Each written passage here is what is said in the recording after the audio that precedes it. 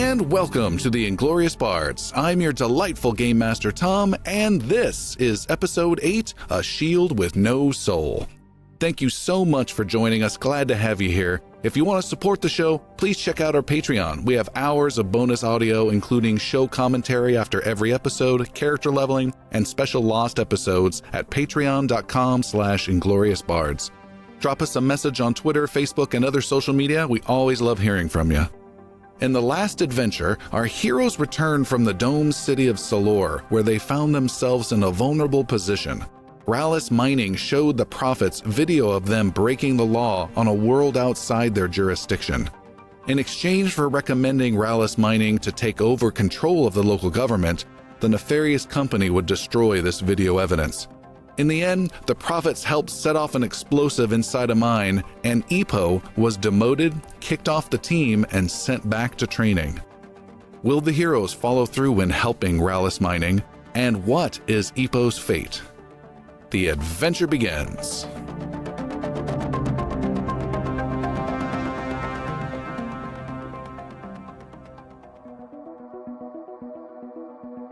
A man strapped to a metal table screams as a device attached to his temples sparks.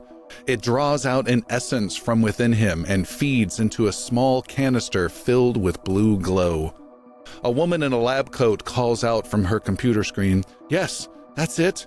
We can draw out even more accelerant before the patient is consumed." A man in a nice suit steps out of the darkness in this terrifying lab. It's Director Rutledge. "Excellent.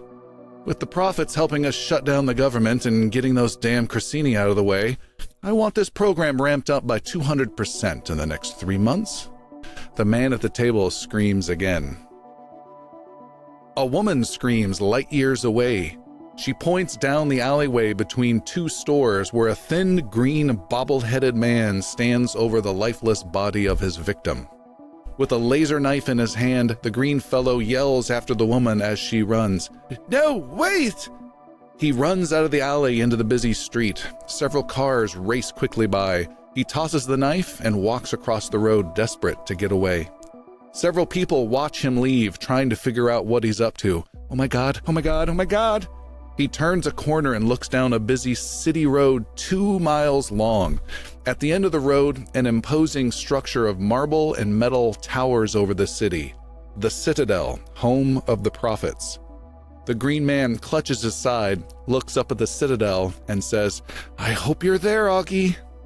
It has been several days. It's been 1 week of downtime. You guys have been here at the Citadel.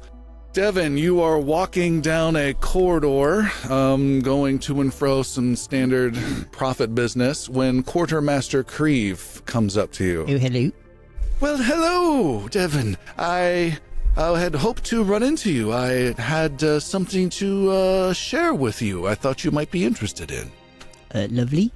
Do you have a moment? Of course, for you. He motions down a different hall. As you walk side by side down these marbled halls of the Citadel, he says, "You know, there aren't many, if any, people of your mystical nature with the Prophets. We used to have several in days long gone, but not many these days." Yes, my order tends to be cloistered off. "It's something I'm sure the commanders would like to see more of. But I've been given permission to give you this." And he stops at a door you've never been through and gives you a thick metal key, almost like out of a medieval castle. Okay. And he says, "You have access to what is called the Serenity Chamber." He unlocks the door, hands you the key, and pushes open this big, heavy door. Beyond. I'm almost afraid. I feel like I'm going to walk into like a trap. Beyond is a not lavish, but a comfortable room with lots of dark browns and dark reds. It has some wind chimes that are slightly clinkling off in the distance. There are a bunch of floor mats and pillows across the room. and there's a bookshelf with some old books in it, and it is immediately clear to you two things. One, this place hasn't been used in a while, and two, it's a very relaxing place for you to chill out and meditate compared to the crazy Citadel training yards or in your quarters where Kolsch is asking you all sorts of crazy questions. And Quartermaster Kreese says, "You are the only one who is skilled in the mystic arts, and this is a place we had created long ago from one of our fallen members, and the powers that be have decided it is a place for you now." This is wonderful. Thank you very much. I do not know what to say. Say nothing. Just keep up the good work, and they're quite pleased. And that key is yours. He won't let you hand it back. I didn't try. That's already in my pocket. And he walks away after some more small chat and leaves you alone in this new chamber. The first thing I do is take down the wind chimes. Hate wind chimes. Okay. There's a little balcony. You're about 3 stories up, so you can just toss them out if you want. Yep. Go right out the window. All right, they do not land silently. Anything else you want to do with this room? Spruce it up? Yeah, I'm, gonna dust and do, kind of get it like cleaned up and kind of rearrange some furniture to like my personal liking. Yeah, sure. Right. It's a little musty smelling, but yeah, you start sprucing it up. Just a big pile of pillows in the middle. And... During the week you guys have been off, you've seen Ippo in training from time to time. He's been a little distant, not so much to be rude, but just more so he's really focused on trying to get along with the trainer and show that these philosophies and ideals behind the prophets are very important to him. You can also see he's struggling with it. Like, why does this matter? Why would I not kill those 5 people to save? And it's not combat training. It's a series of HR meetings. Oh, yeah. He sits down, like there's a very clear ethical question where there's a very clear answer, and he just doesn't understand why that is. And so it's been a bit challenging for him. And you see he's not excited, but he is trying. And then a few more weeks of downtime go by. Everything settles into a rhythm, and what would you guys like to do during this time? I'd like to retcon a little bit. Sure. Kolsch wants to send a message to Dr. Moores. Okay. Mares. Mares?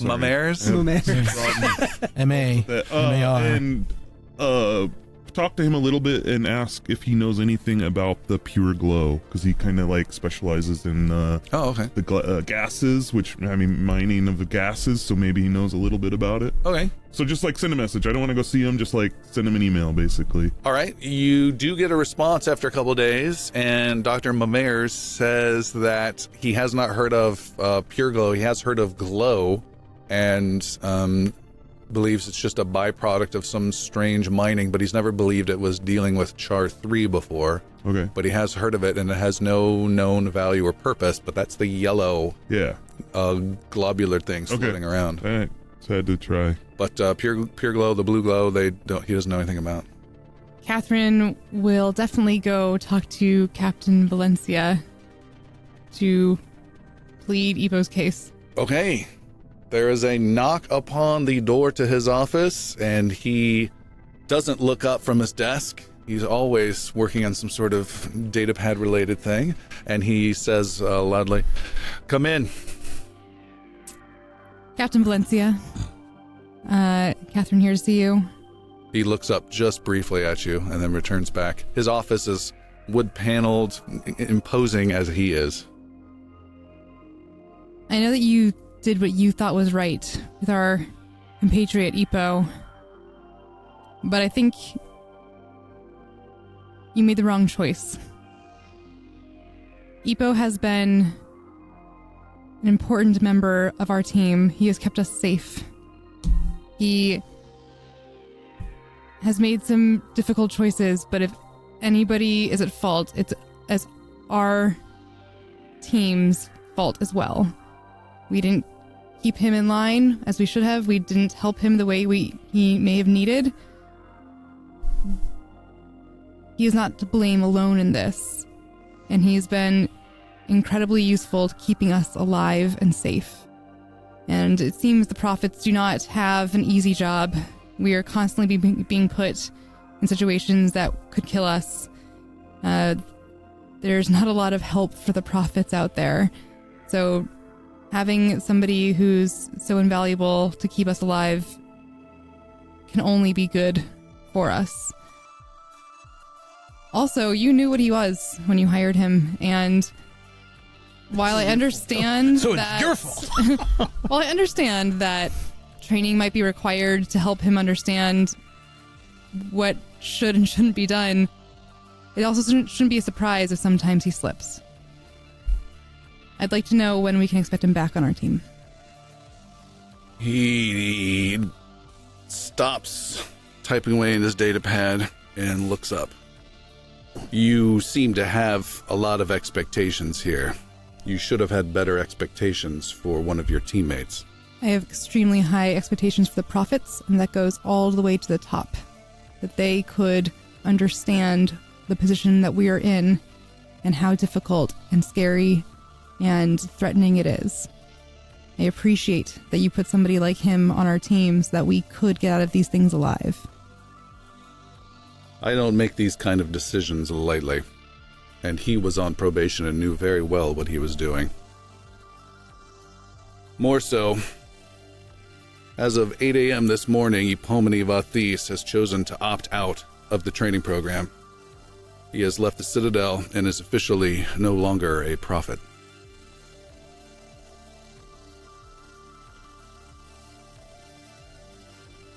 What was he told? Why did he opt out?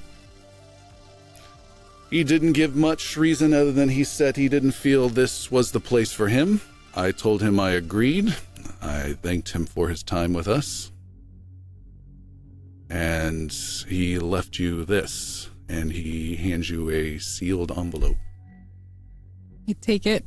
I don't open it. And I say, well, what? Are we going to get somebody else on the team? I'm considering it. For now, carry on. To be clear, you want us to continue going into the wild, down a team member and down some safety that he provided before. I do not need you second-guessing my decisions. You're dismissed. Catherine leaves. All right. And then there were three.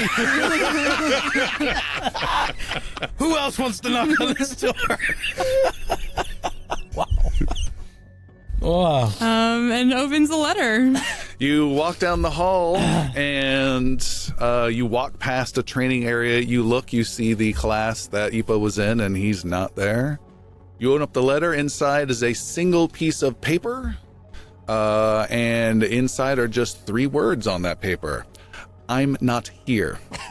You stupid. What a jerk.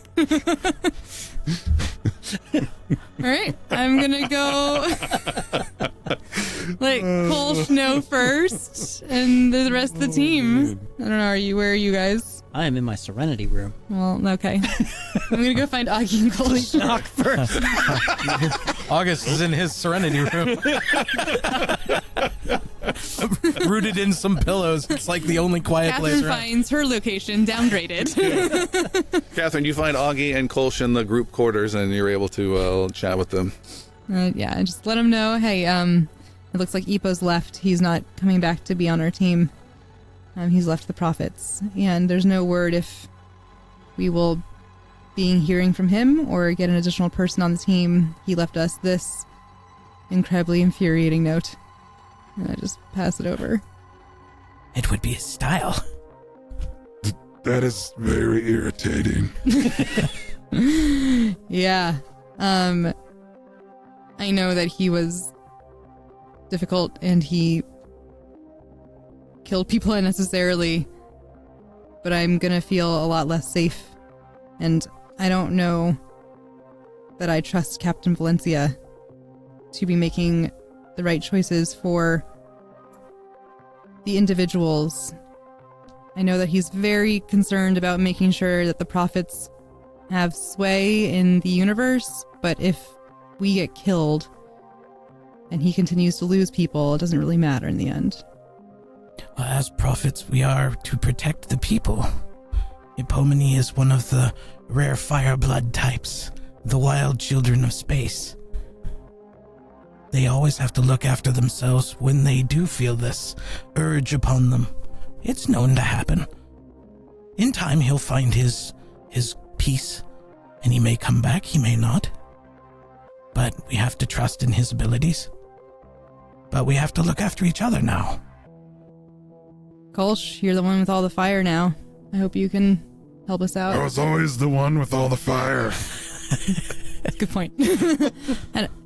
Fire! And Augie runs off down the hall into the contraption he left on is now aflame. I'm just gonna be like, Kolsch, how many notches do you have on that gun now? 20. It's pretty good. I mean, I'm sorry, we're the prophets. That's unfortunate. The barrel is all janky because it's been cut into so many times. It's in the stock. Oh, okay. Kolsch knows how to protect his firearms. A thick fog parts as Devin walks forward on a road of stone hexagons. Wearing a layered white robe that billows behind him, Devin treads across the road over a small hill. He comes across a line of exhausted humans wearing dirt-covered clothes and trudging forward in unison. The people look beaten down and broken. Devin walks past them like a billowing white cloud. Ahead, he sees a metal pole sticking 15 feet out of the black dirt alongside the road. The body of a man hangs lifeless from the pole by cords attached to its ankles and wrists. The body has been there for several days, bent in half, swinging gently from the pole. A dark blue energy emanates from the center of the body and twists its way up the pole to the top where it shines bright. A woman kneeling beside the pole looks up at the pristine Devin and cries out, "Why? Why?" You stir from your rest, Devin, and wake from the dream back in the sanctuary you have found, a bit unsettled and confused. Can I make any sense of what that blue light? Nope. Hmm. Nope. I'll meditate on it for a little bit. All right. And then go find my compatriots. You find your compatriots. You come across Kolsch and Catherine, and you smell something burning in the air, but it's from somewhere further away. Augie comes in, his whiskers are just like a little bit shorter. Don't go that way. You see Kolsch is watching something on his video screen since he's done doing some of his training throughout the day. He's taking a break. And Kolsch, you are watching the news. This is Nova News. Stocks in technology giant Echo continue to soar with their new initiative to expand beyond the Nova Prime region. Combined with their new business operating system, they may very well pull far ahead of their competitors. And every child's favorite friend, Jim the Magic Blob, has sadly passed away at the age of 243. After giving us years of wonderful entertainment, Jim was found asphyxiated on several chunks of apples that became lodged inside his gelatinous body. His will stipulates for his body to be impaled by wooden sticks, placed in a series of ice cube trays, and served as delicious popsicles to children of all ages. We'll miss you, Jim. This has been Nova News. We'll miss you, Jim. Disconcerting. Augie's got like a Jim armband. Solidarity. Jim. The first part of that Echo was the company. Yeah. Okay. Eating the last of his Jims. Stop it to a Jim.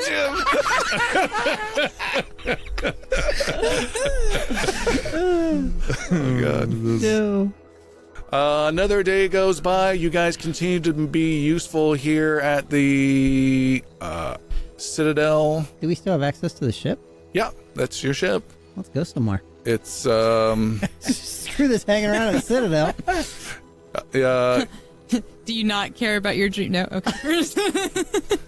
Care about what? Your dreams. Well, we need to go find some Jim popsicles. Yeah, exactly.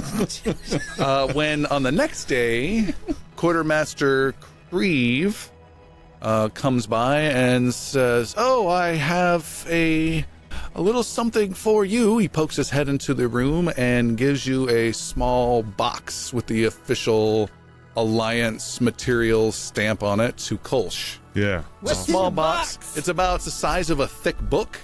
And he says, I get some interesting items from the Alliance Science Corps from time to time, and I thought this might be of use to you. Just be careful.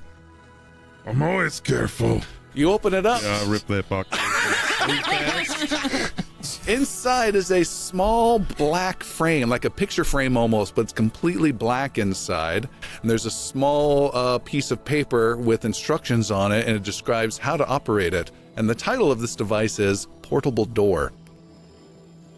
And you extend this door as an action, and you can create a 10 by 5 foot doorway between up to 3 feet of material. One use only, though, and you've created a permanent door. It mentions an extreme warning: watch out for any space uses of this device. The door cannot be shut once opened. Yes, it cannot. And Catherine, you are given a small box. He says, this delivery came for you, Prophet Leary. Thank you so much. Do you know who it came from? No. There's no return message, and we don't normally get physical deliveries, so it's kind of unusual. Good day. Bye. Do I look at it and on the boxes say something like, "This is here"? It does not say that. All right, I open the box. You open the box. Inside this box, the box is about maybe 2 feet by 2 feet, like a 2 foot square cube.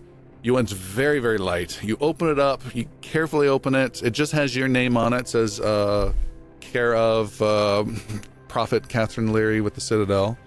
Inside is a single piece of glossy paper at the bottom of the box. And you look and there's nothing else in there. Like they forgot the present that was supposed to be inside.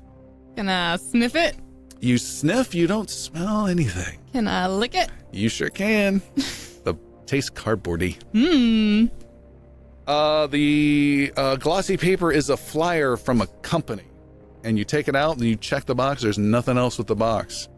The flyer, it's a recruitment pamphlet describing the benefits of being a deep space miner for Rallis Mining.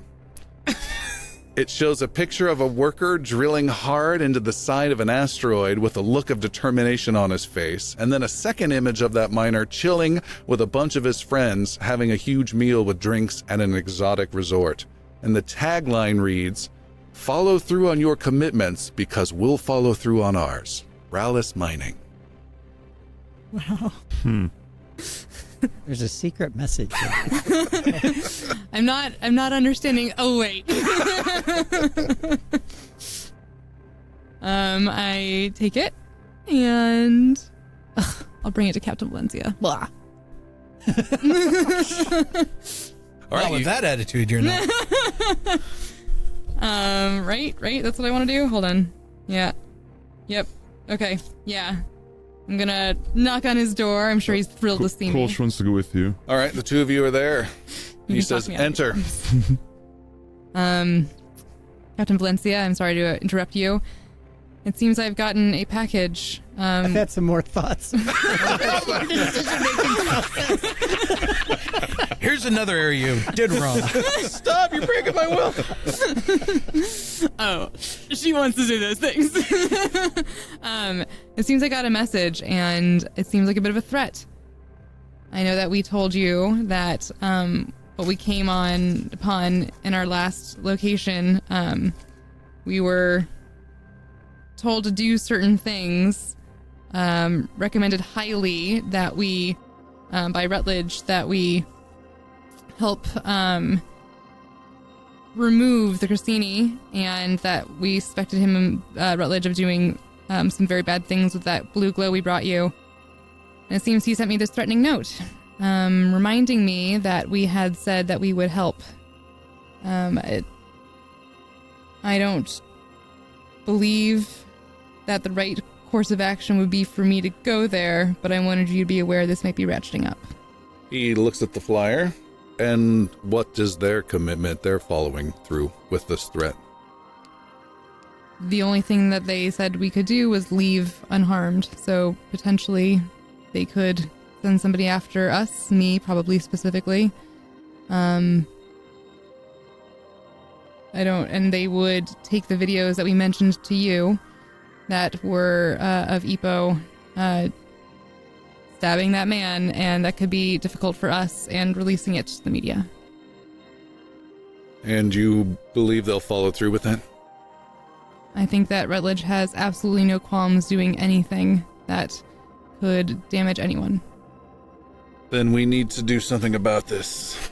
I need to speak with someone. I may have an idea. I know your team has been out for a bit, and I'll figure something out and I'll get back to you. Thank you very much. You guys head out. Augie, you've been spending some time in a workshop you've gotten access to in the Citadel, not too far off from the hangar. You see there's lots of different ships that have been coming and going now. What was a relatively empty, just a couple ships, is now like 5 or 6 cool ships. There's a couple different groups of prophets. But you haven't been saying hi to them or getting to know them. You've just been hanging out with the engineers and the maintenance guys, and they've let you work around, and you have your own workshop table in the maintenance area. And that ship is still under my care, so I've been loving it up a bit. Okay, can you make an engineering roll for a general loving? This is where I cue the word fire. Let's see, that was a 17. 17. You've been spending a lot of time over the last few weeks, and you've gone above and beyond to make sure it's looking spiffy and clean and in great shape. The mechanics around the Citadel love having you there because you're just not a mechanic. You're a prophet, so you're kind of a bridge between both worlds, and they think that's pretty cool. When you are summoned to the front via an intercom, Prophet Stilton to the Citadel entrance. Prophet Stilton. Put away the stuff and scamper on towards the entrance. You scamper. Actually, I like to think he has more of a segue at this point that he's put together. He's just kind of zipping around. You head towards the entrance of the Prophet. It's big, imposing marble counter thing for people to come in. There's some guards that they're bored to death every single day, but they have to be there. So I go in with my guns drawn just to liven things up a bit. With paintball. You go in and you see, as soon as you pull in, that's so weird, with your little segue from Arrested Development with Job. And I've got my hat, my little clip-on safety hat. You pull in and you see why you're there already. Your acquaintance / friend Men, a friend that you know somewhat, not the most upstanding citizen of the Alliance, but you see he is there. He's looking a little sweaty. He is a green-skinned fellow with a bobbling head that's always kind of like in this weird motion as though his neck's on a bit of a spring. And he sees you. You should get the doctor to look at that. Augie! Over here! It's a giant entryway, right? Yes. He's waving. I get close to him. He's still waving. Still over here. What are you doing here? You come to a halt. The guard at the desk says, he's requesting a visit with you. Would you like to give him a visitor's badge? I wave over the badge, and I keep talking to him. Okay. How about, I haven't seen you in a while. We should talk. We should totally talk. We should talk? Oh, okay.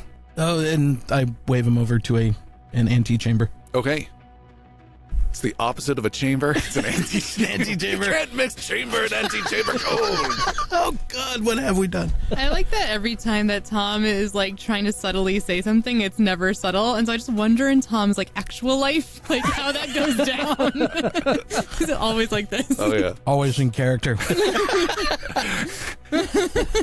You go into this small side room, just like a meeting room that they can have with any people from the government and come in and sit down. And he comes in and he looks sweaty, and you see he's holding his side, and there's some darker green blood that's seeping through his clothes on his, just above his hip, right side of his chest. I quickly zoom around him in my Segway. It's a medical segue. It's a medical segue. You appear to be injured. Yeah, it was an accident. Unless there's no cameras in this room. Then I hurt myself. No. There's no cat. Well, there is that one, but it's off now. And then I reach into my pack and charge at him violently with a very large sword. No, I'm here for wait. You stab him with a syringe? It's supposed to ooze like this. Yes. All right. He feels a lot better. Oh, thanks. Does he? Well, I hope. At least some serious points. Oh no, 4 hit points. Oh, thanks. That helps a lot. I didn't come here for that. How much of a cop are you? I've known you for a while, but I don't really. If you're a cop, you have to tell me you're a cop. You have to tell me when we're inside your headquarters if you're a cop. What do you think I am? Jeez. I'm your friend. I could use some help, but I don't know. I don't know how cool you are these days, Augie. What is happening? Men is not of my race, right? He is not. He's a greenish, slightly long appendaged, bulbous head on a spring fellow. I can help you to an extent. What are we talking about here? What if I told you, like... Nope, can't help you. Oh! He gets booted. What if there was something I did that was, like, sometimes moderately not legal? What happens if I were to describe that to you in any detail? Would that be bad for me? Or could you help me in some way? If, hypothetically, that conversation we're about to have. I make a quite overt action of turning off the camera. What is it you want? I'm in trouble, Augie. There was this job I was doing. You know how I make things from time to time and do some stuff? Well, someone hired me, and they hired me to deliver a device, and as soon as I delivered that device last night, and I sent in word that if the job was done, I got payment, and then a couple hours later, some dude jumped me in an alley, stabbed me with this knife, and I kind of stabbed him back, and I got away. And I kind of had a feeling this was kind of weird, because it was kind of an anonymous kind of person getting me to do this really strange device drop-off, and I need some help. I need like a place to stay, preferably not here or something. I don't know. I need some help.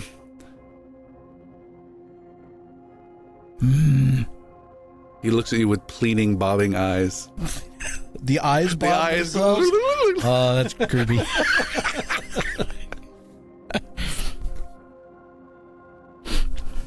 You wouldn't want to stay here. I can try and find you someplace in the city. You have some sort of safe house?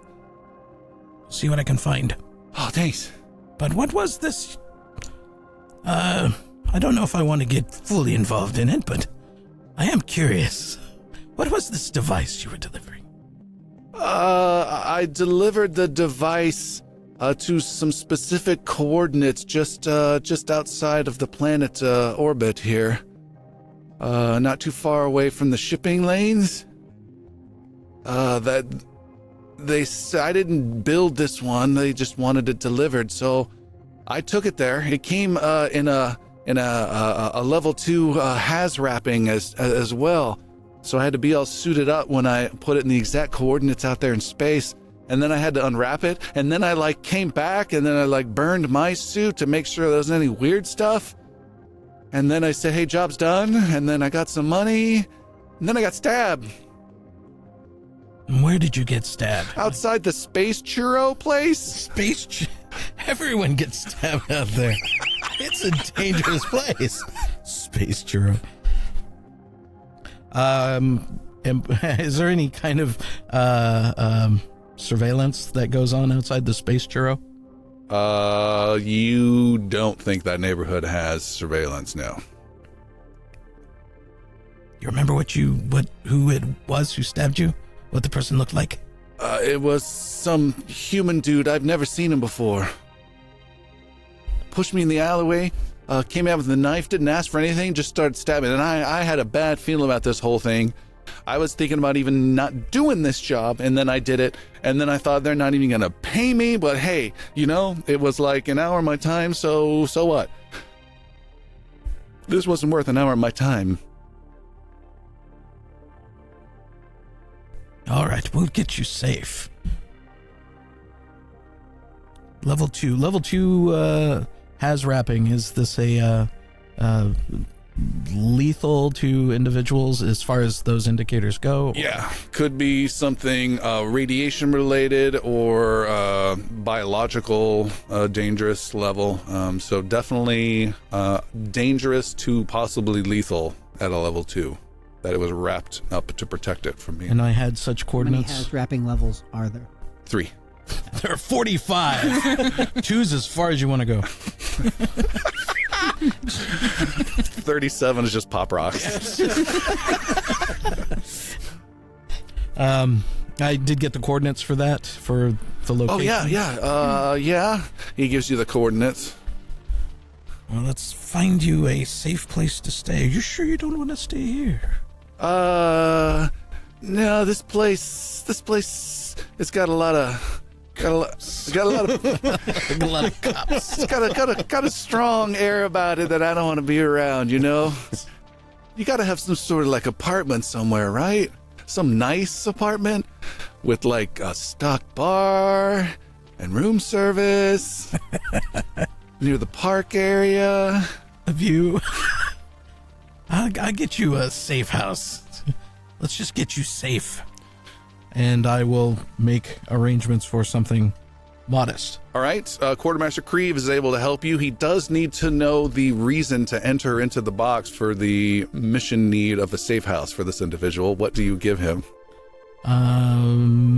Witness protection. Okay. He has that arranged, and you are able to drop your friend off about an hour later at a secret apartment in the middle of some high-rise apartment area that the prophets have. It's not glorious by any stretch of the imagination, but it's relatively safe. Okay. Interesting. On my way back from said place, or roundabouts, I tried to stop by the Space Churro location to see if there's anything that I could derive there. Clues churro location. Yes. For some space churros. And a pack of space churros. If you don't bring Captain space churros, she's gonna be pissed. To share with the group. Just sniff at you. You have space churros? Basically, I can see it in your fur. Shake off cinnamon and sugar just bursting out of me. Filled with pointy Cheerio goodness. Tried to chew slow. You walk around the alleyway between the shops with a space churro in your hand, chewing on it as you investigate the scene. Make an investigation roll, please. Most official. A 15. 15. You are able to see some blood on the ground, but there is no body there. And you check again, there are no cameras there. Okay. Is there, I know I'm not here, just a random question, but is there local law enforcement? Yes. Okay. There's local law enforcement. There's some limited space patrols that go around in orbit to help out a little bit. And then there's a Navy, which is not here. They do other bigger stuff. And then in between all that and the planets are you guys, the prophets. Thank you. Okay. I return back with a healthy bag of space churros. All right. And essentially, I want to see if there's any way to... is there a scanning ability that the prophets might have access to look at that section of space? Not, you described the size as maybe a thin duffel bag. You won't be able to pick up anything Nothing like that. Okay. All right. I hurry back down hallways to find where the rest of the group is residing. All right. You bang on the wooden door, waking Devin up from some deep meditative sleep. Devin, you take 30 points of meditative damage. Psychic damage. Son of a gun! I told him not to knock. All my points gone. You're able to get everyone gathered together. Devin has been doing something this week or so. He's been doing a lot of research on both rayless mining and specifically Director Rutledge as well, just to come back with as much information as possible about the mining company, like where they started, what they're into, their contacts. Okay. And specifically anything you find about Director Rutledge, like where he went to school, like, political contacts, his personal beliefs, like everything that I can about him. And if Evil Space Lady happens to come up anywhere. All right. So much. Make an investigation roll. Investigation will be a total of 20. Okay, that's great. You are able to get some basic LinkedIn information about Director Rutledge. Space LinkedIn. He's had some generic management style jobs leading up to this, but you see his position has changed a couple times, and it seems like he has gone for, within Rallis Mining, he's gone for more important position, even though that's taking him away from headquarters. So his career growth, according to investigations, is I want to be a big player. And then somewhere along the lines in the last 2 years, he decided to be in charge of his own place on this remote world where now he's not in contact. He's not hobnobbing with the big CEOs, and he's now doing his own thing. And it just seems out of place for a man trying to climb up the corporate ladder like he seemed to be. And you have lots of non-critical details about his where he went to school and some social clubs he went to in the past. So you can whip those out as necessary if you need to in the future. All right. And specifically about anything about rayless mining. There's nothing nefarious. You just get they're a major mining company throughout the entire galaxy. Yeah. They have got some other competitors. There's maybe 4 major mining companies, and they're in the top 1 or 2. Yeah. You had some, Muggy? You gathered everyone. Yeah, gathering. Gathering everyone. I trust you're all rested. Are those churros? Asking the important questions. I love churros. They're my churros. Damn it. Booby trap churros. And he slops out the churro. Oh, amazing. They're slightly wet from his cheeks that he had to pry them out of, but there you go. Yeah, we're rested. I'm rested. I'm too rested. I'm past rested and into restless territory. Yes, you're so rested you're restless. I had a friend come by. A friendish acquaintance. Someone who just stopped by. A friend? No, just someone I knew a while ago. Still. So like an ex?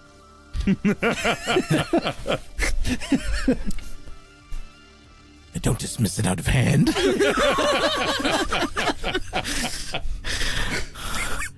This friend brought up something that kind of piqued my interest.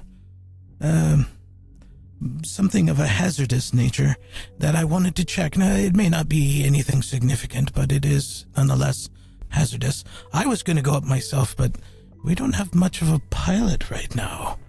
And I don't know if I can fly that well. I can fly.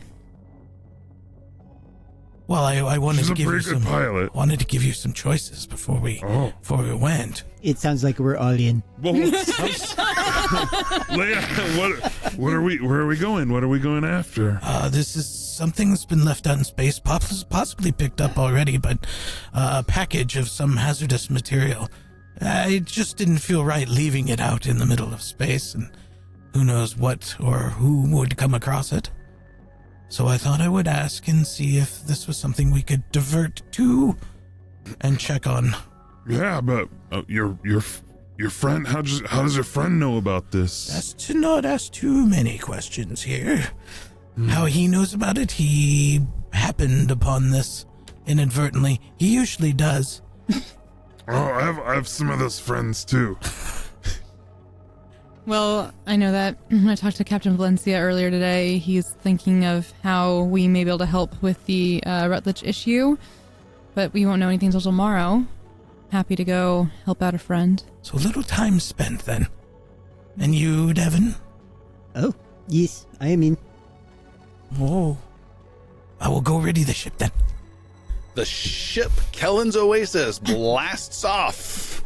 You leave the city of Syrcos behind and enter orbit after getting clearance from control traffic out there. There's a lot of vehicles that come and go, small private ships, big haulers. It's just a lot of traffic that got to funnel in or out to all the various cities and locations. You guys, as always, get priority, and you get moved out to these coordinates where this device was left by Augie's friend Menmen. You arrive at that general location, and it is not far away from a major intake and outtake of traffic that the control uses, primarily towards Syrcos. It's just a couple miles away. And as you close in, who is flying? Catherine? Catherine. Make an overall takeoff, flying through traffic, and coming to a stop next to a small object piloting roll, please. This is my first piloting role, so I'm going to use my long overdue DM inspiration dice. Okay, well, that'd be 14. All right. Glad I used that inspiration dice. Better than an 8. It's not the best flying I've ever seen, but it totally works. She's just more of a, oh, wow, oh, cool, I didn't know, oh. Everyone's just gripping the seats. Oh, yeah, Kolsch is in the co-pilot seat. All right. I've been doing this a long time, everybody. It'll be it's fine. It's fine. Augie's just hyperventilating in the only EVA suit that's left. Are we here? Catherine, you bring the vessel to a stop, and someone can do some scanner stuff. Anyone go with computers? Augie is. Augie, make a computers roll with advantage. Ooh, advantage. You know exactly where you're looking.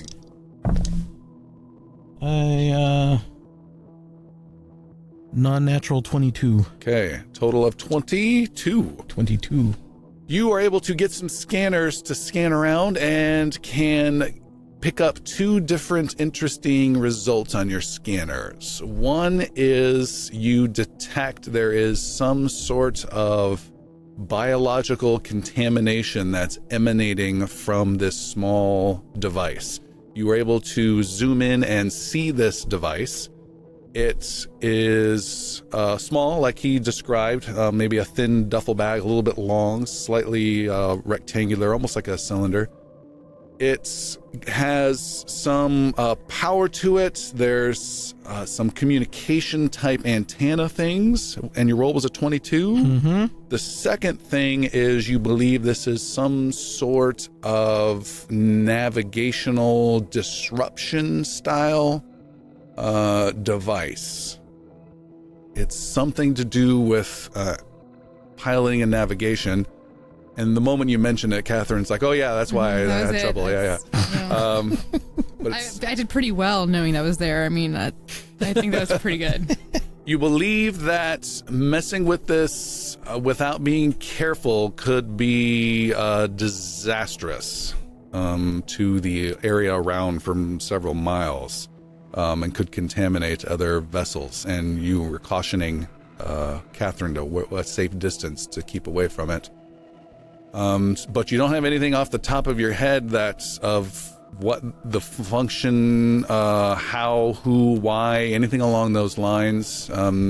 Mechanic type dudes back at the Citadel and all that stuff, they may know more, but right now you don't have anything clear. Let's hook up one of our rocket things to it and send it off.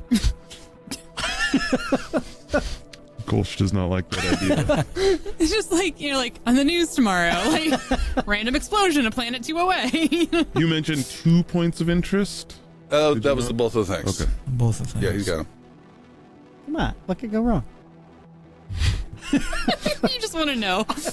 Yeah, what will go wrong? This may have been more than an outing now. This looks to be fairly dangerous. What do you suppose it is? With the disruption and the biocontainment, it seems like a bomb of a sort. Make a investigation roll, please. Augie.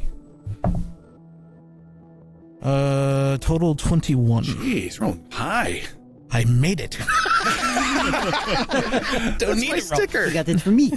You can see as you zoom in with a camera on this device that it also seems very bomb-like in its ability to detonate if tampered with. A fact which I assure my crew is not a problem as long as we stay here. It does appear to be tamper resistant. Do we think that there is a timing aspect?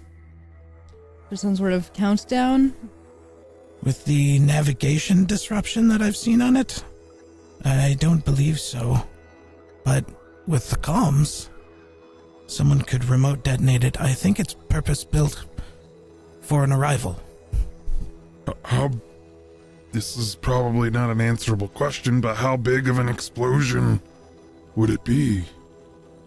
Is it something we could detonate safely and avoid whatever its intended use is for? I don't think so. The biocontaminant would go down to the surface of the planet, regardless of the explosion. Everyone looks at me to confirm. It has been decided. Christopher. No, he's right. The explosion is not the big factor. It's the massive contamination of particles. Oh, I'm right on that? Yes. Yeah. But who would want to blow up a churro stand? I don't think it's the churro stand we have to worry about. Everyone else around the churro stand. So the churros are going to be all right. just to be clear. We're fine with the churro branch. We can go in and extract the churros after the explosion. Should we contact the Citadel and let them know? I don't know if we are prepared to disarm or mess around with this device. Would it make sense for us to make sure that nobody can get into this area as well? How would we accomplish that? There's a couple of patrol boats. We I have some police tape. Like space police tape. I don't know. We stay here and we remotely contact the Citadel. We call the captain or the quartermaster. Channels most likely for something like this would be monitored. You'd have to keep it super secret quiet. Citadel channels. Yeah, you do. Like You secure do. comms. Yep. That would be wise. And Augie just goes to just checking this thing out. Okay. You do a lot of extra sensor sweeps, take a lot of digital photos, and some Kodak Instacamera photos. A few selfies. Yeah. And Kolsch gets on the radio, and you're able to get some of the local patrol boats to start keeping people away. They're going to make this a no-fly zone or a couple miles around it, and they're now starting to create a big traffic jam at another entry point, starting to divert not all, but as much traffic as they can over in that direction until they hear otherwise from you. You, Augie, were sending stuff back to the Citadel? Information? Yes. Okay. Giving stuff, yes. You don't have any biological experts there. Well, maybe. Some of your mechanic buddies have an interest. They say, yeah, it looks interesting and dangerous to mess with. If you could just do this and this, maybe, but yeah, you'd be dead by the time you got within 5 feet of it, but they're trying to come with some ideas. There's a request for you to come back and take one of the few samples that you have accidentally collected, just particles that have emanated from it that have gotten onto some of your external sensors. Bring it back so they can check further on it, and then they'll also have given you a special landing spot where to go so they can clean off your ship if anything left as well. Is this a lengthy endeavor? No. Yeah.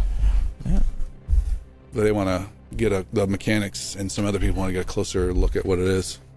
I have some of my own ideas, but they do want some samples down at the Citadel. What are your ideas? Use a container ship and pilot the ship so it consumes the device. And move it away or take it down? And move it away. But they want samples. I was thinking one of those like big claws where you try to get the toys at the bottom of the machine. You use one of those to try to just like grab it. If it gets jostled, I'm hoping if we were to use a container, it would not need to be touched. Just rockets to it. Or slap a couple rockets to free. They're right here, Devin. Shall we go down? It seems this would not take too long. But I do worry. It seems the patrols will keep this area. Yes. Anybody from being able to come over. They're also waiting on word from you guys when to not do that. So when it's clear, let them know. Yep. 3 episodes later. Ooh. Whoops. We bill by the hour, man. Yeah, I'm all for going down and having the samples taken. So, yeah, taking the samples down. Okay, you guys fly on down. You get priority arrival. You come in through as little of the city as possible. They bring you in. You land very carefully. It's kind of a tricky spot to land, so let's have Catherine make a piloting roll, please, as you come in. Good luck. 19. Woo! She makes it look easy. Yeah. There's like 7 or 8 ships in the Prophet hangar, which is great to see all the activity. They have moved 2 of those specifically, which was some endeavor, over to give your ship its own little space on the far side of the hangar. When you arrive, there's a guy in a little hazmat suit who comes out and he starts swabbing off some samples, and then they come out and give it a great cleaning, which you have no problems with. Clean this sucker up. We brought it back in pristine condition, but it will kill you if you get near it. Wasn't in the contract. Yeah, you didn't say. You guys take a break for a bit, waiting on word, and while you're about ready to head back up and suit up and start harassing mechanics of any details or any information any science-related Prophet might know of, someone you've seen before here in the Citadel comes up. Not a Prophet, some sort of employee type person you've seen in the cafeteria or whatever. Epo. It's not. Not an employee.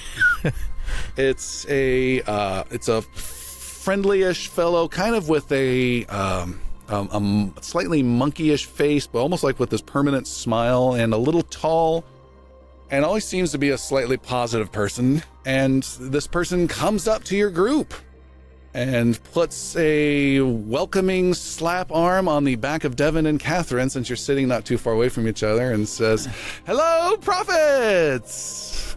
Yes, hello. You may not know me, but I'm Aliup. I'm kind of a big deal around here in the administrative section of the Citadels. And we have seen you, we know you. Oh, good. I've got... Aliup, right? That's right. Yes. I don't know your name. Does not matter. Oh. Well, I am not important. I wouldn't say that. Captain Valencia wouldn't have sent me to you if that was the case. Oh, by the way, Captain Valencia sent me to you. Oh, that's and amazing. Did he send, like, if you do not know my name, how did he describe us? He described you as the Valna and the Nevi, he says, pointing to Kolsch and Augie. Oh, so it is not me you're looking for, but them? He doesn't know how to deal with Devin. Holding up. Devin just playing a little joke with you. We're really glad you're here. Why did Captain Valencia send you? Well, he had some secret mission and I never get to be involved with this kind of thing. And I kind of had an idea. Is this individual Crosini? I'm seeing the smile. No. I'm feeling forced to... Just happy. That's our new ethics officer. And I'm your new... assigned. My name's Jeffrey. He mentioned the issue with Ralis mining on Salor, that dome world. I deal with some accounting stuff. I also have some special government privileges, and I also deal with some law challenges when we run into something along those lines. And when he mentioned any legal ramifications of any possible improper videos being released, I looked into the issue and I had an idea that might be of interest to you. Would you like to hear it? I'm so excited. We're very excited. We got you on Would you say you're on pins and needles? on this secret mission. Would you say you're on pins and needles? No, he doesn't. He doesn't. I haven't had my coffee yet. Yes, pins and needles. Welcome.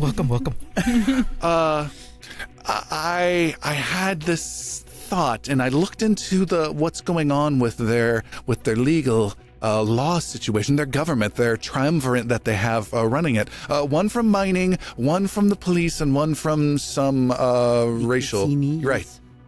And I understand what Ralis is expecting and hoping to gain from this, from your report, and I think you should give it to them. You should officially file your report with the Alliance government, and recommend that their government be shut down and give the Ralis exactly what they want. And when that happens, we take over for the authority as the... There's 30 days we can put in a military adjunct style emergency government. But it does have to be someone official, a silver council member, or someone who has high enough rank in the administration's government, which yours truly happens to be. So I just need to show my little pretty face there after the government's collapse, show them the paperwork that I am the de facto general manager governor of this colony for the next 30 days, and guess what my first order of business would be? Bringing you all along with me. That is very clever. Wow. That is not what I expected. What were you expecting? Oh, that was so much more clever than what I expected. Well, I'm clever.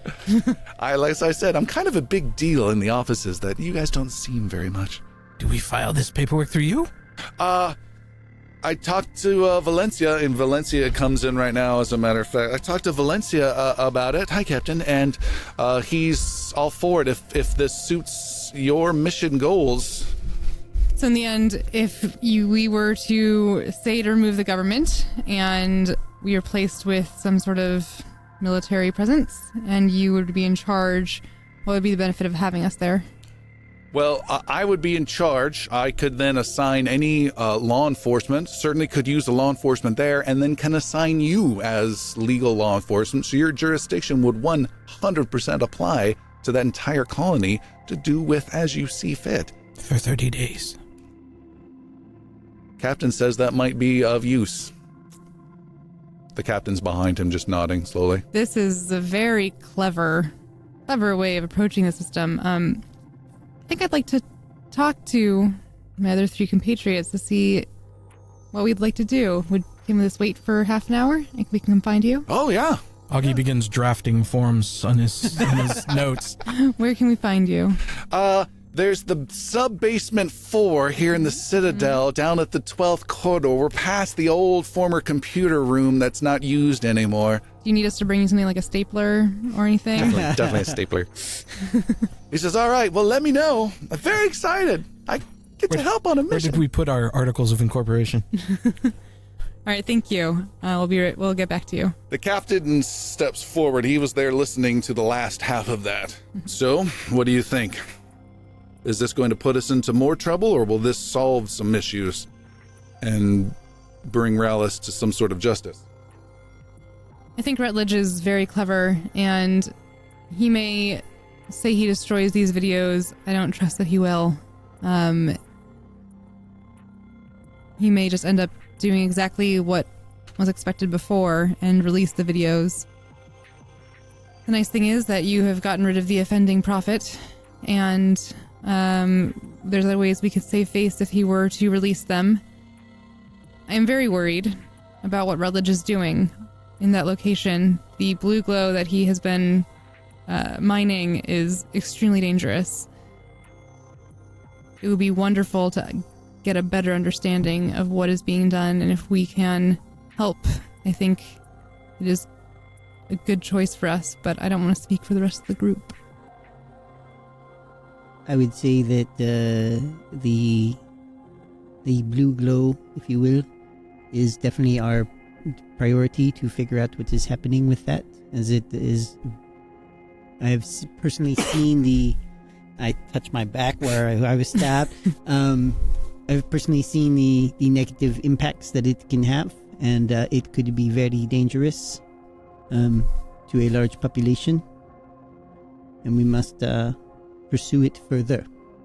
I know there's a little bit of time before we would begin this mission. The rage that seems to have been induced by this is intense, and I would hope that we would have some way of protecting against that if we were there while doing our investigations. Where has that been, that canister you guys brought? I thought we gave it to him. Gave it to the captain? Yeah. Okay. Yeah. That or it's in my Serenity room. Certainly so. You're just like having a melting of the mind with it. It's a sensor just floating there, emanating off of it. Captain says, well, you let me know. You know this situation better than anyone. If we need to make a move on Rallis Mining there, we'll make the move and I'll back you up and we can make this happen. And we'll let whatever happens on the planet decide what their government is after 30 days. Until then, we can maybe leave a mark with this Rallis organization or this Rutledge fellow. I personally don't like having my organization threatened. We apologize for being part of that. Augie, Kolsch? I agree. But Captain, we do have a new. I don't know if you've heard, but we found something up outside of the planet. Yeah, that's why I'm here. I got word that you found something out there, and I see there's been some rerouting of traffic, and it certainly doesn't look good. The initial tests that just came back confirm absolutely everything that you've said. I've got an asset that might be of use. Are you familiar at all with the Ashen Forged? Are we? Personally, I love the name. Yeah. None of you are except Augie. Augie nods his head as there's a bit of an automaton nature. It's a race of people. He says, there's a group of people called the Dendus from long ago that created a race of warriors called the Ashen Forged. Over the years, they've created not warriors, but they've created useful workers, even computer specialists, just people specialized in jobs that needed to be done. And they created the Ashen Forged. The type of specialist that Ipo was, where he specialized in everything? No. These are not robots that they create, but more biomechanical, real people, but that have been created sometimes from the essence of someone else who has passed, but they are their own individual. There is a recruit here in the Citadel who is extremely knowledgeable about navigational equipment and is completely resilient, we believe, to the toxin that you brought in. I think he could be of value and an asset to the understanding of what this device is. It's the first Ashen Forge that's ever been assigned to the Prophets. There have been police, there have been others, but this is the first, and we have strong beliefs and backing behind this individual, and I think you'd be of use, so he can help out. That timing was amazing. And joining us in our studio is special guest Tim is here. That was I was like waiting for him to pop out somewhere. Welcome, Tim. It was too. It's good to see you, sir. Glad you're here. That whole you couldn't make it today. So full of it. So full of it. I had to put on an extra. Yeah.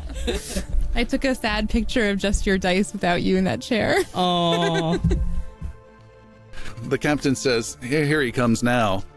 A dead-eyed creation enters the room. Ooh. A 7-foot, 6-inch person steps in with a soulless look in its eyes. It's similar to an oversized human, but with a thick gray sheen across its skin. Far from a robot, but more a biomechanical creation. Designed to be a prophet, yet still part fringe science and powered by a Saurium core, this creature stomps in and makes a wave motion with its hand. Hi! I'm Albus. Albus 47P. 47 for the crucible I was made in, and P for prophet. Augie starts digging around his tools. I don't have anything to fix this. Hello, Albus. I'm a prophet. Hi. We're prophets as well. Sure are. He's also a musketeer. The captain slowly slips out of the room. The damage has been done. I feel like maybe we're being punished in some way. Silver council member and the other laughing their ass off in the next room. I'm really excited to be here. This is my whole purpose in life. He says I was made under the profitability program, Charter 138. Oh. You're a big fella. Yeah. Well, yeah. I'm 3 years old. And he needs some time to assimilate this information. So you're 3 years old. Are you just... How old are you? It's quite a lot older. He's staring at you again with these black, soulless eyes. So are you created with like a lot of information more than a normal 3-year-old? I have no soul. So no. Now that is about the creepiest damn thing I've ever... I have no soul. Tee. Does this place burn?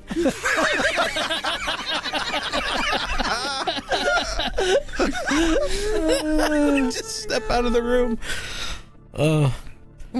Well, we're excited to have you on board, Albus. What were you made to do? Tell us about some of your abilities. I was made to be a prophet. Wonderful. What does that include? It includes learning how to be a prophet. That's my whole purpose. How are you in a firefight? I make a good shield, maybe, I think. You've never Kinda been big. battle tested? No, Have you trained for fighting no. at all? I'm here to be a prophet. He's programmed. Yeah, much of his skills are intact. He would start off being very lethal. I was made by the Dendu. That's exciting. The Vivendu? Dendu. Dendu. Oh, okay. So why did the captain think that you should join our team at this moment? What is it that he's hoping you can do with us? Well, from what I hear, I have pretty good capabilities that you guys don't, because I'm resistant to a lot of things like poison and radiation. Those are helpful. We are going to go deal with the bomb. How do you hold up to being bombed? We'll find out. I don't think it'll bother him too much. He seems quite cheerful about it. I like your pluck. I've never been bombed before.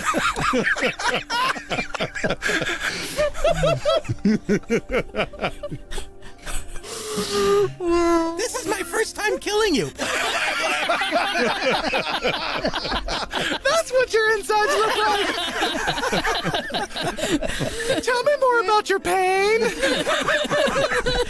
Cry, cry, cry.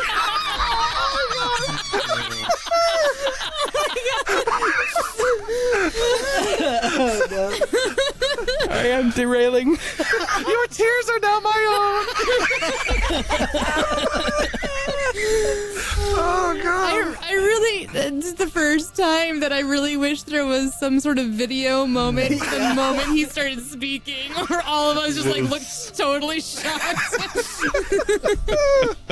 Oh, brilliant. Okay, so this for a long time. Albus, can you assist us with this? Yeah, I'm here to be a prophet. I am a prophet. I'm going to leave now to go ready the ship. You're a profiteer. He's got his mouse ears. If I understand your backgrounds correctly, you are profiteers. Yep. PRO.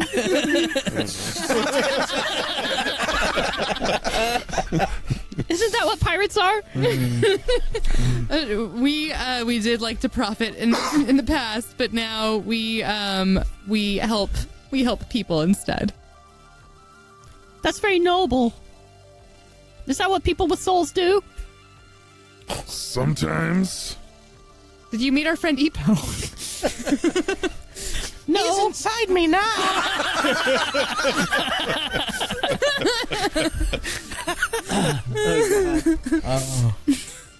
Oh, I didn't feel that. Yeah. Quartermaster Creve enters. Hello, prophets. I need your assistance with the ship, Prophet Augie. Actually, I might need several of you. Can I get some of your time whenever you're free next? We are free now. Oh, all right. Let me get my data pad. There seems to be an issue with the decontamination, and we need to look at your ship. Boy. Is this our first mission? With you it is.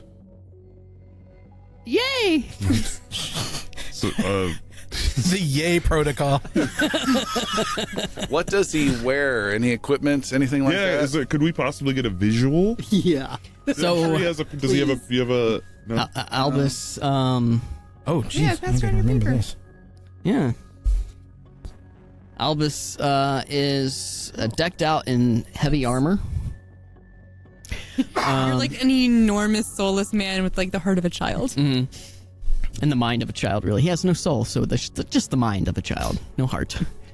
So, and Darth Albus is what I'm looking at here. Okay. He's carrying no weapons that you can see. But on the top of the back of his armor plate are 3 little ports, about the size of like a holding rod could come out of, and so that's where he stores whatever it is he needs with him. I'm gonna follow the Quartermaster Creve, but I'm just gonna like keep an eye on Augie around our new recruit. Okay. Because I just don't really know how this might go down. Disassemble number 5. Fortunately, he's biomechanical. Okay. It's a lot more difficult to remove the parts. Don't put it past you though. Yeah. Sneaking into the room late at night. Don't look at me! Don't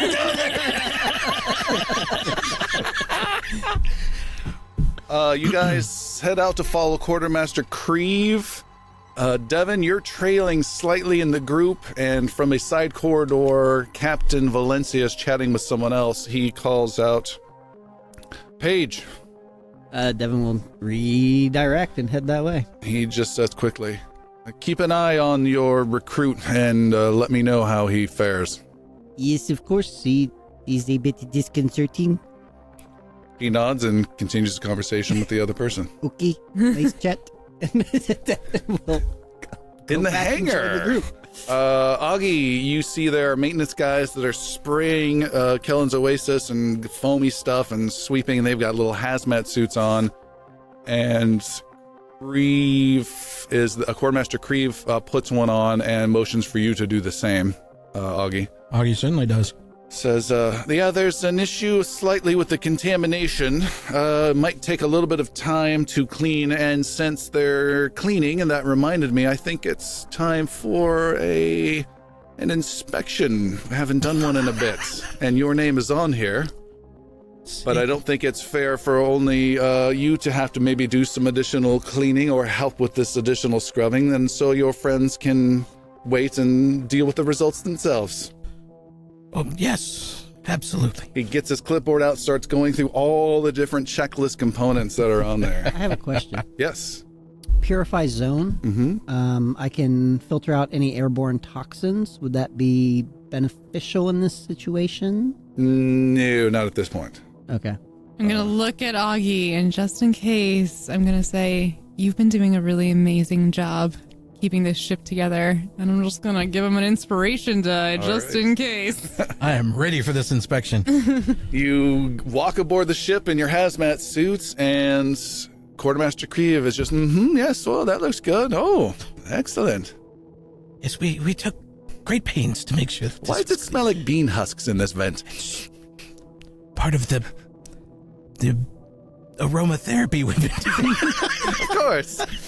He seems very pleased. You made a good cleaning roll just a little bit ago, so that applies. Okay. And, very, very good. Oh, it seems relatively charged up and takes about a 45-minute process, and he seems overall pleased. Says, all right.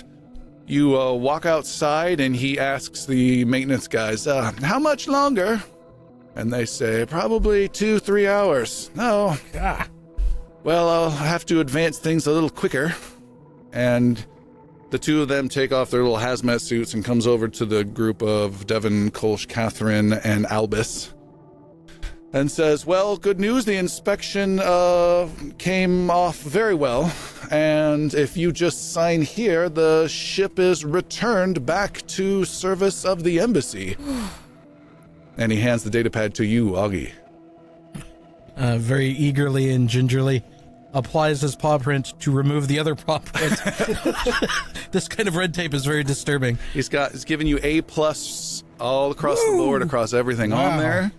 And he says, I've been working quite some time to get you your own ship, and I have been able to find such a vessel, and I've been working on it the last month, trying to get everything in tip-top shape. And it's about good a time as any, so you don't have to wait on all this decontamination. This way. And he takes you over towards where all those other ships are parked that the prophets brought in. I'm excited and scared about this moment. Is a segue inappropriate at this moment? Yes. Okay. I walk with everyone else. He takes you over towards a bunch of different vessels and stops before an interesting, strong-looking one. Interesting. You see before you the NAN 5811 Vesper is her name. She's an older ship past her prime. The contours to her design and arrangement of her engines are from a style decades ago, but you can tell she was a powerful ship, the best of the best back in the day. She has a slender body that resembles a hawk racing in for the kill. She has 4 engines, 2 on each side.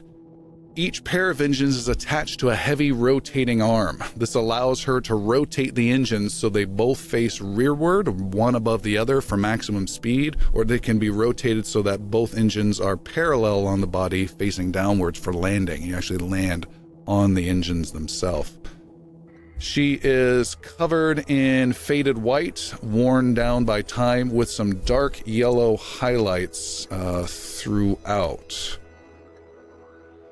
There's a little picture. Oh, pretty. Just a rough idea. Not 100%, but that's a rough idea. Reinforced. Augie has something akin to anime eyes that are all big and watery. So does Albus. Yeah.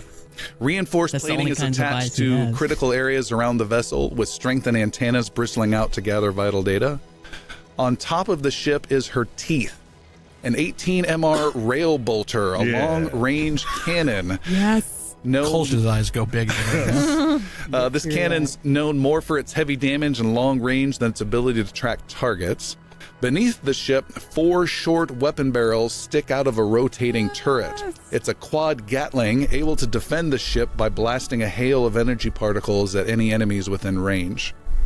Resting on the ground, she gives the impression of an old, sleek panther hunkered in the grass, ready to pounce. Vesper is battle ready and looks eager to fly, and she's all yours as Quartermaster Creve gives you the security cards to access her. I'll thank for that. Augie goes up and then just walks up to him, ready to take paperwork, but can't resist himself and just hugs the Quartermaster. He smiles. Quartermaster Creve smiles. He says, "This is official material of the Prophets. There's no signing. There's no embassy or third party to report to. Do your best to keep her in shape. If not, fix her." This is great, Quartermaster. Thank you. It's taken a while. Sorry it took so long, but I think this should serve you well. This is wonderful. Thank you so much. Yes, this is a beautiful ship. Thank you. Devin, as you see the ship and start to approach it, you see there's a crane that's attached to the ceiling that's lowering a metal box down through an open compartment in the ship. You initially think it's cargo of some type until you see a bright, shining light through several openings in the crate. The Cerulean sphere. Thick, high-tech cables hang off the box that engineers carefully help get inside the vessel. Am I right in believing that's the Cerulean sphere? Make a, I don't know, roll. Well, just roll. Make a roll. 17. It's a Cerulean sphere. It's in a whole new container you've never seen before. You can see the light just moving slightly, so maybe it's maybe a coffin-sized metal box. It's the same sphere we have. You can just see light emanating, but then it tends to move, and the light comes out of the corner that is closest to Devin. Devin hugs Quartermaster Creve as well. He says, "Yes. Well, this was one of the reasons it was taking the longest time. We've came across the very hard to find Cerulean sphere. You did, actually, and I'm going to try an experiment and attach it into this ship and see if it can help in some way." The ship explodes. TPK. Just, we're not going to name it HAL 2000 or anything like that. Augie is clambering around one of the innards of one of the engines and just kind of checking things out. And all right. Now just going through it and, oh my god, it has one of these! Yeah, and Devin's heading straight towards wherever the Cerulean sphere Kolsch is checking out the weapons. Yeah. Okay. Albus is just standing there. What am I supposed to do? Yeah, Albus is just standing there. Chewing on the ship. Is also really excited about those ship weapons, Yeah. but just gonna look at Quartermaster Creve and just say, hey, it turns out we've been in situations more recently that require us to defend ourselves through firearms, and I don't feel very well equipped at the moment. Where do you suggest I go in Citadel to go find myself something with a little bit more power? That would come through me when it's been assigned to you, but this here has kind of spent the budget quite a bit for your team. I have 282 credits. Is there anything I can get?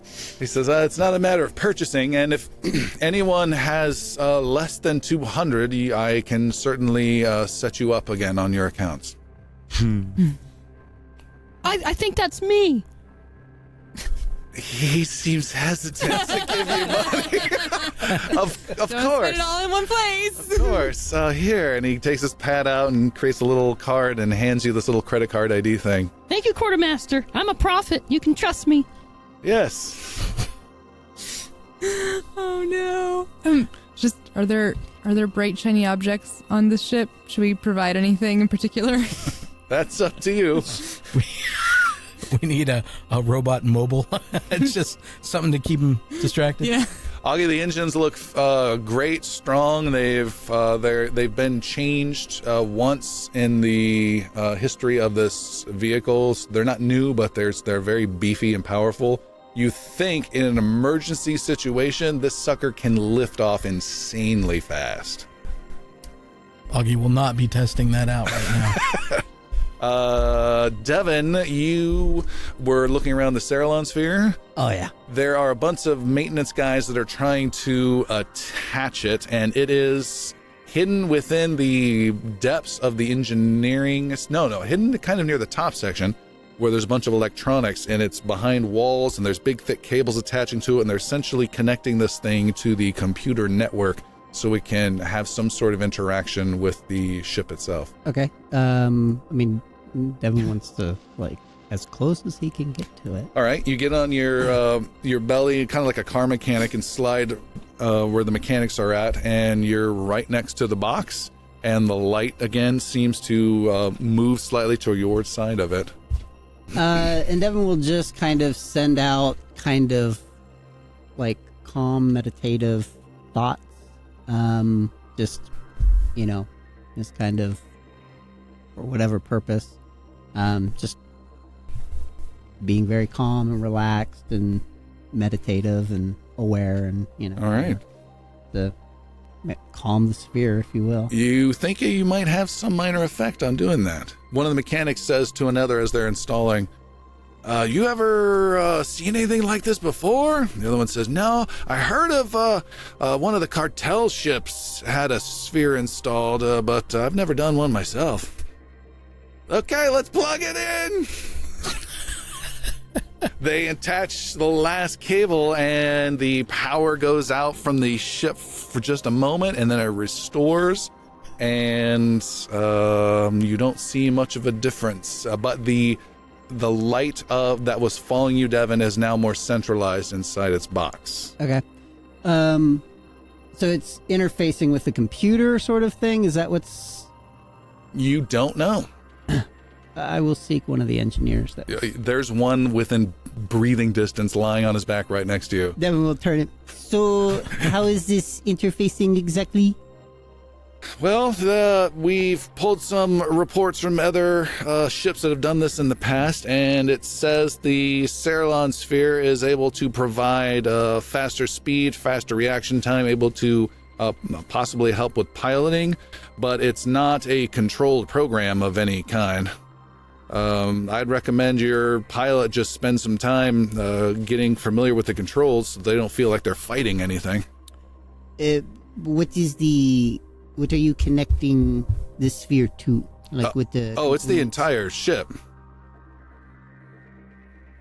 Understood. Okay. As one engineer is applying just gobs of thermal paste to the thing, it can get hot. Albus has just been walking around the ship, just kind of looking it up and down. And after he finishes his rounds, almost like a pre-flight, but he's not touching anything. He's just looking. And walks on board after that and starts kind of moseying around the inside of the ship. All right, you mosey on inside. Inside is similar paint scheme. Kind of crouched, probably. You crouched a little bit, yeah. You are very tall. There are some crew quarters. There's quarters for each of you to have your own small room, and there are 2 more rooms beyond that if you need to take anyone on board. There's a very cramped galley.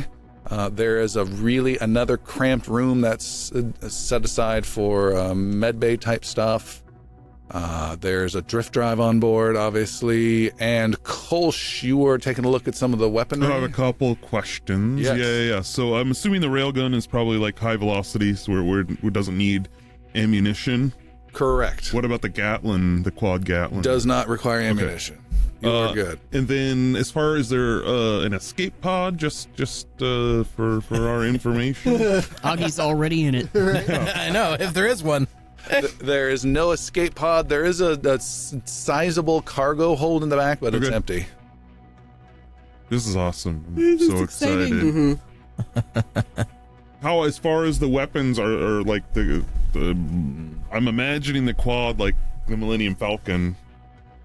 like a little like you're manually shooting, or is it all centralized? Both of them, a person climbs into the turret area and they're in control of that. Someone else can control it remotely, but then you're going to be at disadvantage. So it's far better to be connected inside. The top one, I think, has about 30 or 40% more range than the bottom one. The railgun at the top has more range. It does more damage, but it's harder to hit with. Whereas the one on the bottom's a little bit easier to hit with, has much less range and less damage. And that's the concept behind it. Yeah, and it fires out these quad little guns, just this anti-air barrage against any target that gets, let's say, within medium range, preferably short range, is where you're going to more accurately hit.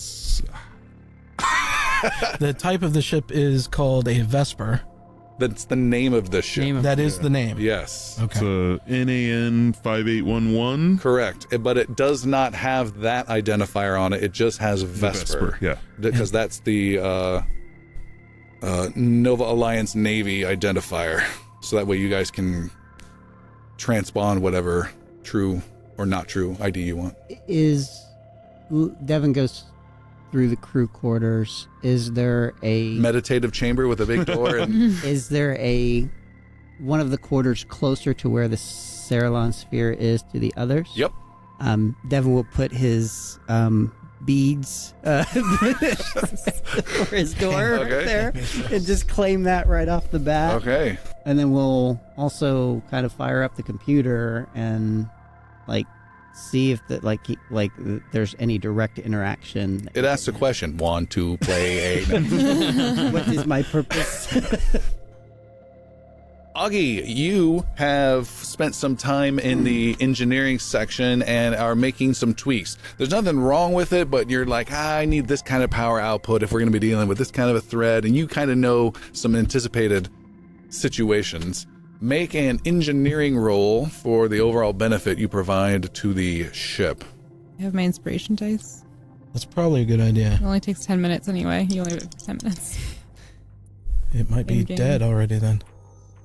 Yeah, it's dead. It's past 10 minutes. Sorry. Damn, it was a good number. Yeah. Well, I don't think we want to fly this. What did you roll? Natural one. A natural one. You've provided no benefit with your tweaking. You're just over-tweaking and over-tweaking and over-tweaking, and you're making things a little bit more challenging. Arguing with the Cerilon sphere. And the... What do you mean you need more mana? The next two rolls based off of the ship will be with a negative D4 added to them. Regardless of who makes that roll? Correct. Okay. Wow. Right. So, Augie, if you can keep track of that penalty. I'll do my best. I'm going to just call out to Albus. I'm going to look for him and say, hey, Albus, you're 3. In the last 3 years, have you learned how to fly a plane? Maybe. Maybe it's not really good enough. Should I be flying this plane? I can probably do it. I'm going to stick with me flying it then, because I know I can. Probably makes me pretty nervous there, Albus. Natural one.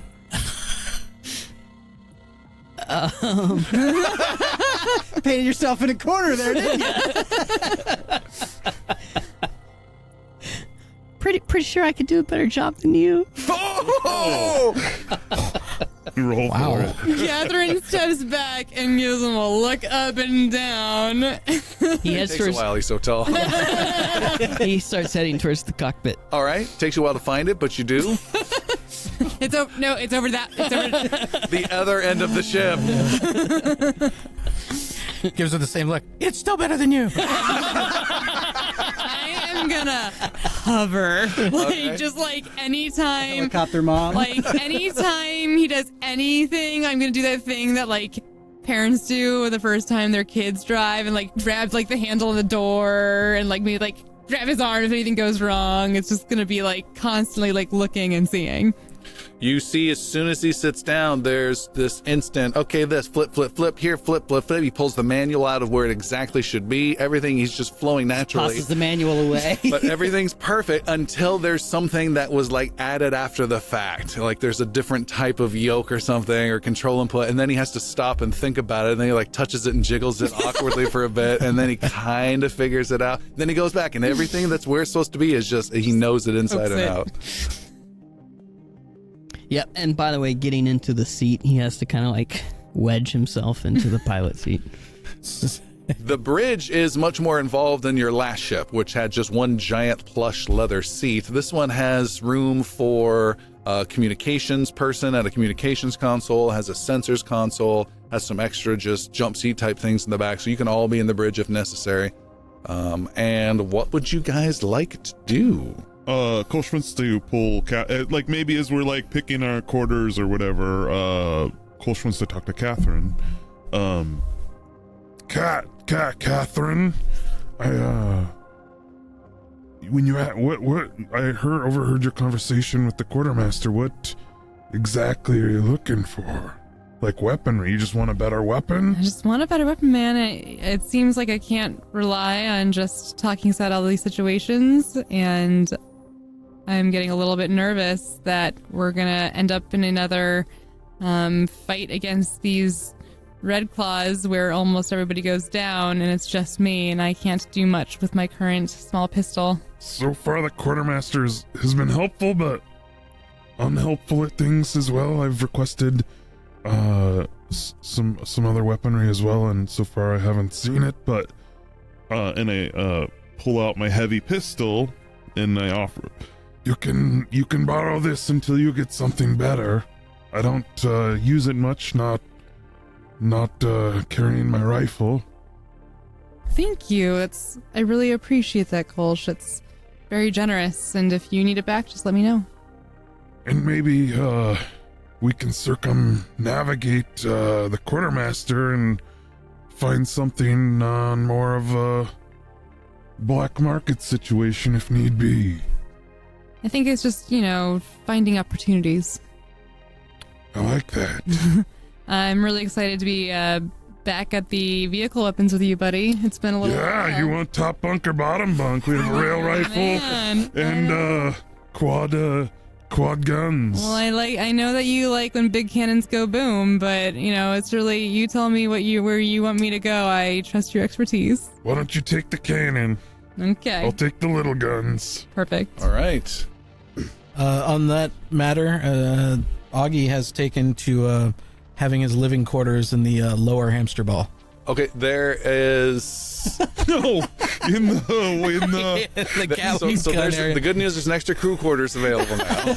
Yeah. And now the lower ball that you fire out of with the quad cannon. Oh yeah, no, I'm constantly working. That's not is going to be a problem. There's stuff in there. There's blankets. There's a blow up pillow of a robot in there.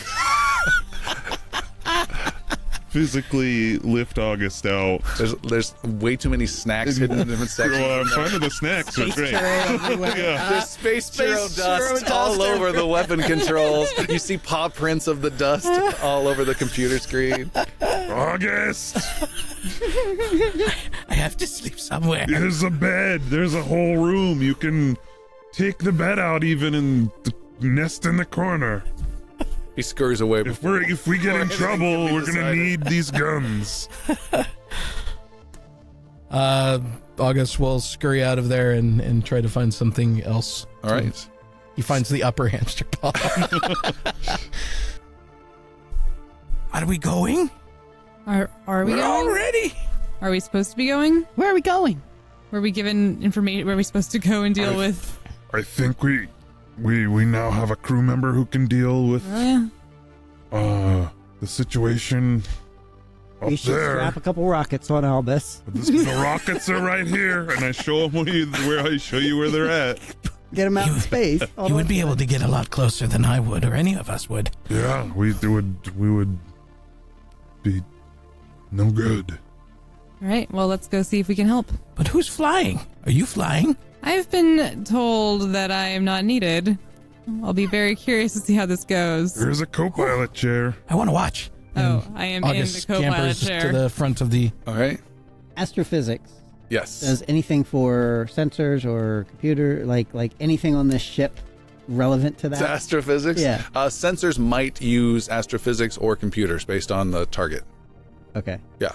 I'm not a pilot, so I'm asking this. How's piloting determined? It's the vehicle proficiency. If you have it. If you have it. Okay. Then it's +2, your proficiency, and then your dexterity modifier. Got it. Thank you. Yeah, I guess I'll take up the sensor Okay. spot. You do. You have to kick Augie out of that seat as well. I can't sleep anywhere. And you're there.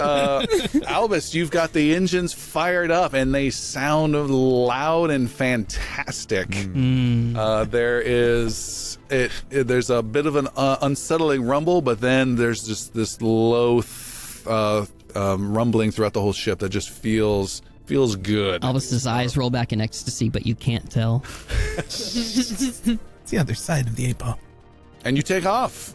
Albus, make an overall... You guys are flying towards the device again. Am I hearing that correct? Yes. Yes.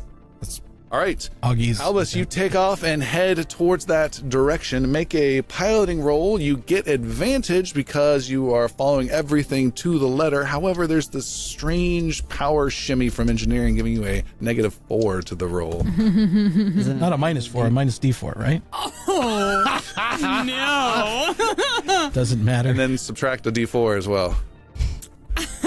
We're going into negatives. It's a 0 A total of a 0. with advantage. And then you add your modifier. 5. 5. Ooh. Oh, Catherine is already trying to kick him out. It's like, nope, we're gonna... Come on, buddy.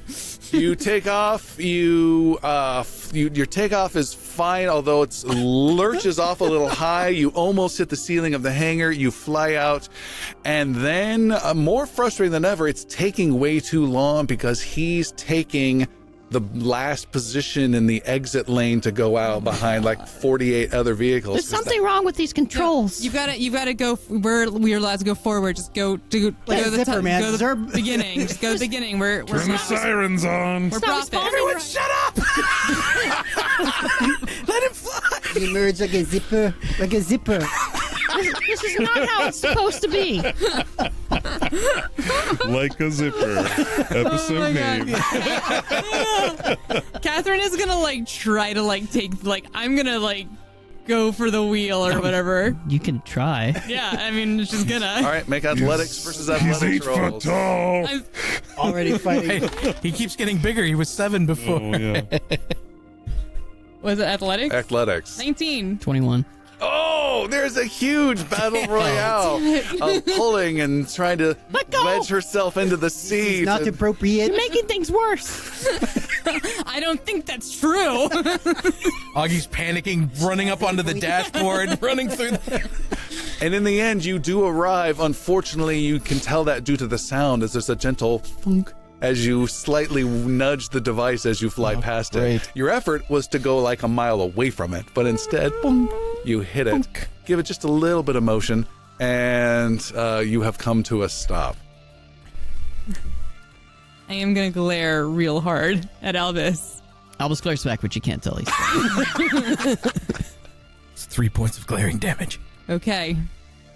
It's not responding. It's not working right. How are we gonna deal with this problem? And I keep looking at Albus. What? But What? then I look at the package that's outside. What? Why is it not flying the way it's supposed to? It'll take time. Are you bristling with any kind of electronics, or are you completely covered in pasty white skin? No, it's a gray skin, just normal Gray skin. skin. Okay. But you have seen, and when he's moved around a little bit, there's a little slot you can just barely detect behind his armor he has a your USB into it. he has a Is that what they're calling thorium it these power days? source similar to what's inside your rig around that you wear your vest with all your different cool gadgets and stuff. He's got that inside of his body. Augie at a distance keeps examining the port whenever he gets there. Albus, are you prepared to deal with this? What? Deal with what? This package outside. Oh, there's a package outside. It's a bomb. It's gonna, if it goes off, then it will contaminate a bunch of stuff in really bad ways. Were you not debriefed on this situation? So go ahead and handle that. We'll be here. I was just told there was that there was some mission that maybe my natural abilities would be good for. Augie pokes at you. Yeah, can we give him like all the information you found? Augie pokes at you, and your skin is resilient to the effects of some radiation. Yes, I'm also resistant to poison and disease. And I'm a Pisces. Well, that's exactly why we need you.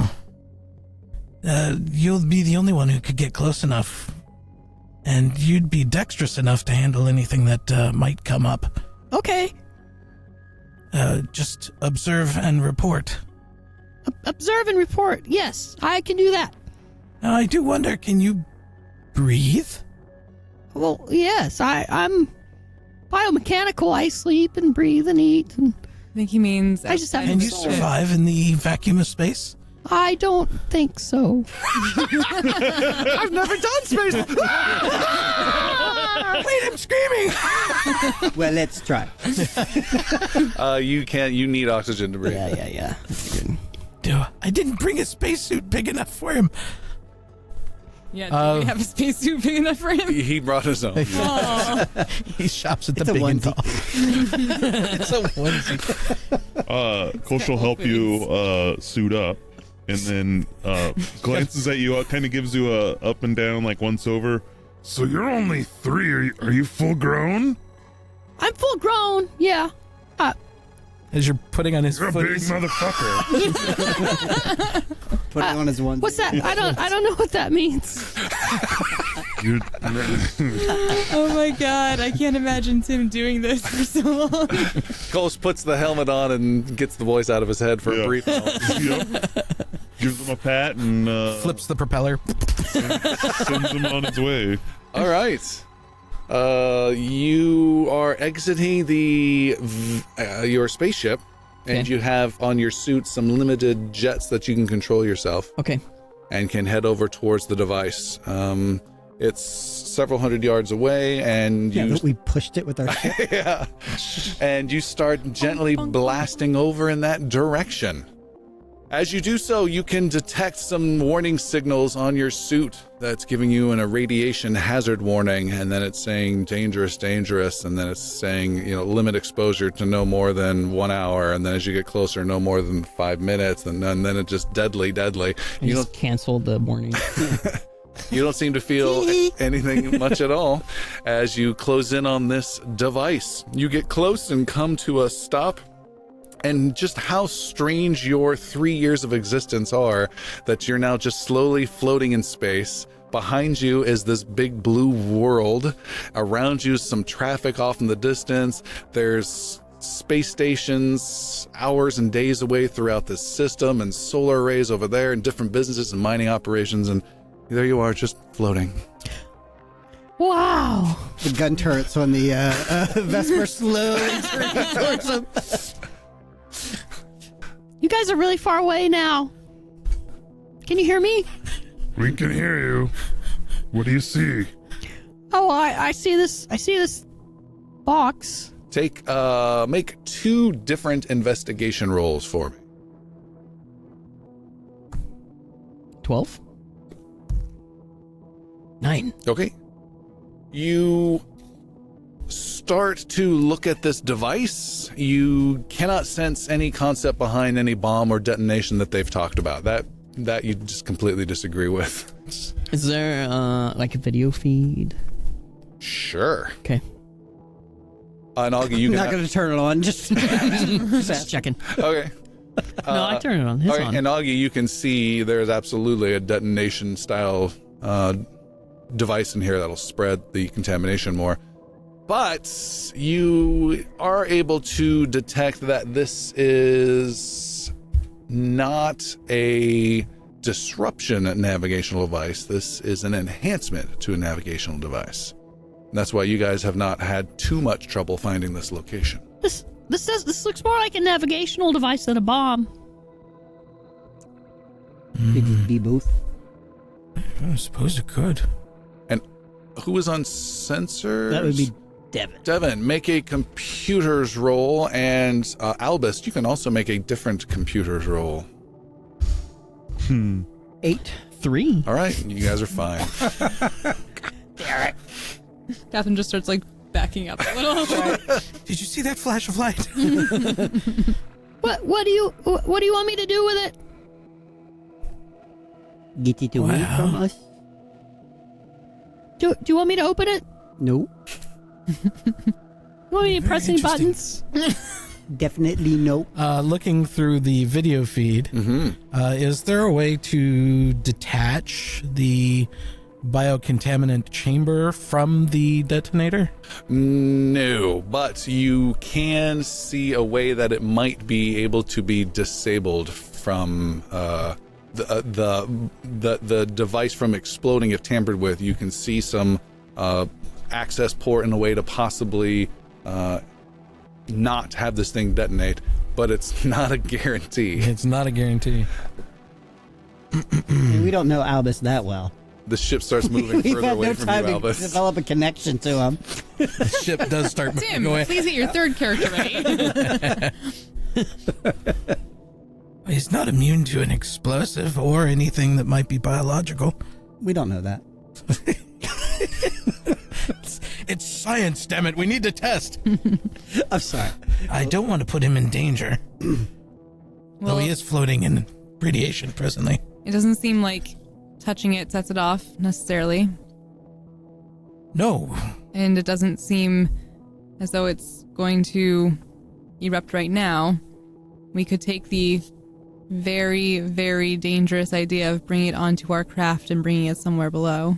Is there a way to move it far enough away that were it to detonate or be detonated, that it is not a danger to the surrounding area? Augie, you believe that would trigger it unless that trigger is stopped first, if there's movement, other than what you guys have already done. You've already pushed it to the limits. We may have been lucky, but if it moves, we may be in trouble. We may have to disarm it on the spot. We will have to. But once it is disarmed, if it is moved away, we can detonate the device and it will be safe. Maybe, but this is not my area of expertise.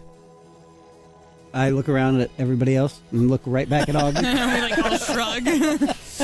Why did someone leave this here?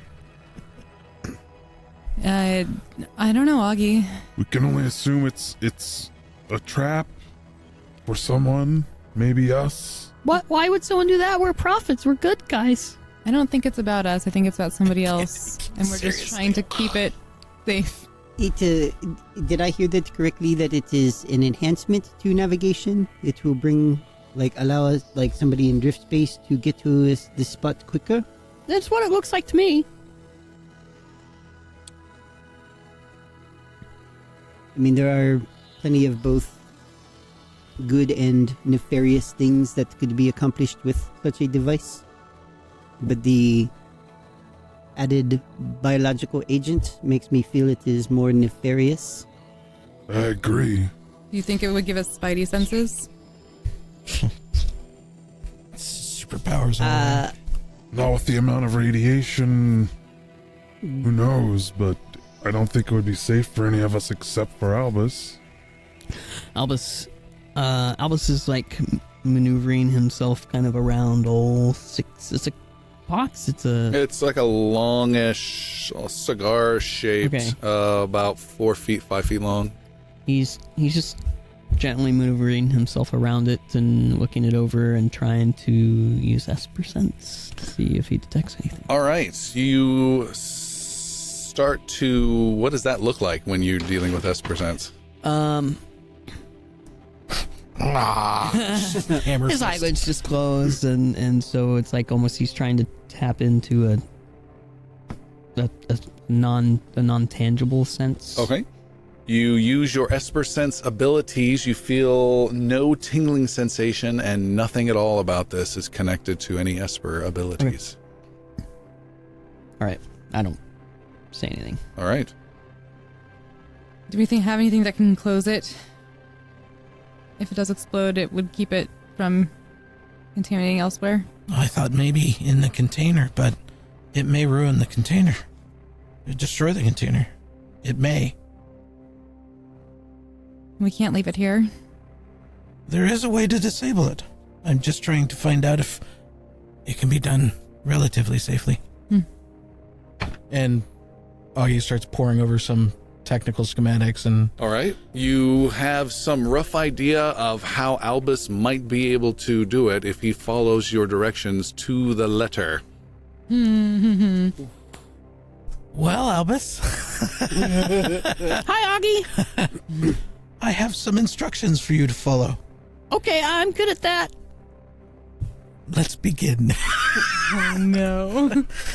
August takes out a pseudo workbench that he's brought along and very carefully starts animating a process of going through and working, creating a model and working this situation out. All right. You've got some rough idea of how Albus might be able to approach it. You pass along the instructions of essentially how to get into the main casing area without triggering anything. And you pass those along, and Albus, you are ready to dive right in. You jet a little closer to it so you can reach out and touch. And as you do so, a greenish light starts to blink on it before you even touch it.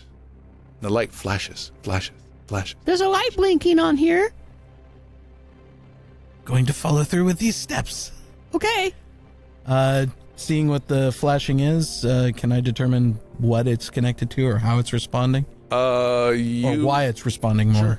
You look at the video feed Albus is providing, and then shoom, your feed is totally blocked and turned and tumbled as Albus, you are struck by a vessel that arrives out of drift space right at this spot. It collides with you, and you are knocked and sent tumbling, and you take just 1 point of bludgeoning damage, and you go spinning through the area. Are we all aware of this? You can see, because you got your ship pointed in that direction outside your big cockpit window, you can see a vessel arrive. It is... Catherine just X'd out Albus. A vessel arrived. It is smaller than yours and moving fast and turning, and then a second one arrives. And it is also turning, and they are turning away from you. Catherine and Kolsch, get on your guns, please. I was in the cockpit the whole time, or the turret the whole time? Seat the whole time. And sensors, make a computers roll with advantage, Devin. Good, I freaking need it. Catherine also might need to man the ship and not the gun. Sure. As our pilot is 11. drifting 11. somewhere. You don't get too much information about these ships as you do a quick look and scan, but you are able to determine that these are Legion ships. Ships from a large opposing nation of big genetic strong dudes. You and essentially the Alliance and the Legion were at war for several years. That ended a couple decades ago, but things are still very shaky peace. This is unheard of that they would be in here, and they are turning and flying towards the shipping lanes right now. That shipping lane that was right here. Quick question. Sure. Is this a violation of the whatever treaty or we have with the Legion that has stopped the war that we're actively on? Like, are we authorized to kill these ships based off treaties and whatnot? If they do anything hostile, yes. They're allowed in Alliance territory? They are allowed, though it's highly suspect, and they would probably be essentially pulled over if they were seen. But it's not a destroy on sight. Okay. You also detect... They did just hit one of our... They did just. You just assaulted an officer. You also detect 1, 2, 3, 4 ships about 45 minutes away, deeper towards the star of this system, heading towards a facility orbiting that star. Also Legion ships? You believe so. That's your situation. What do you guys want to do? So what did Albus, like, when all this happened? Let's talk about what Albus experienced. You got hit, you got knocked, you go spinning, you're trying to figure out what happened. As you're spinning, you're trying to get some stabilization towards with your thrusters on your suit. You're able to stabilize, and you see this ship, which is a small ship but much bigger than you, turning. It's almost like a giant whale just splashed down right in front of you, and it's turning away and is flying away. And you realize it just came out of drift space to get here, almost right on top of you. Are comms still up? Yeah. Those are Legion ships. They shouldn't be here. Try to flag down the ship.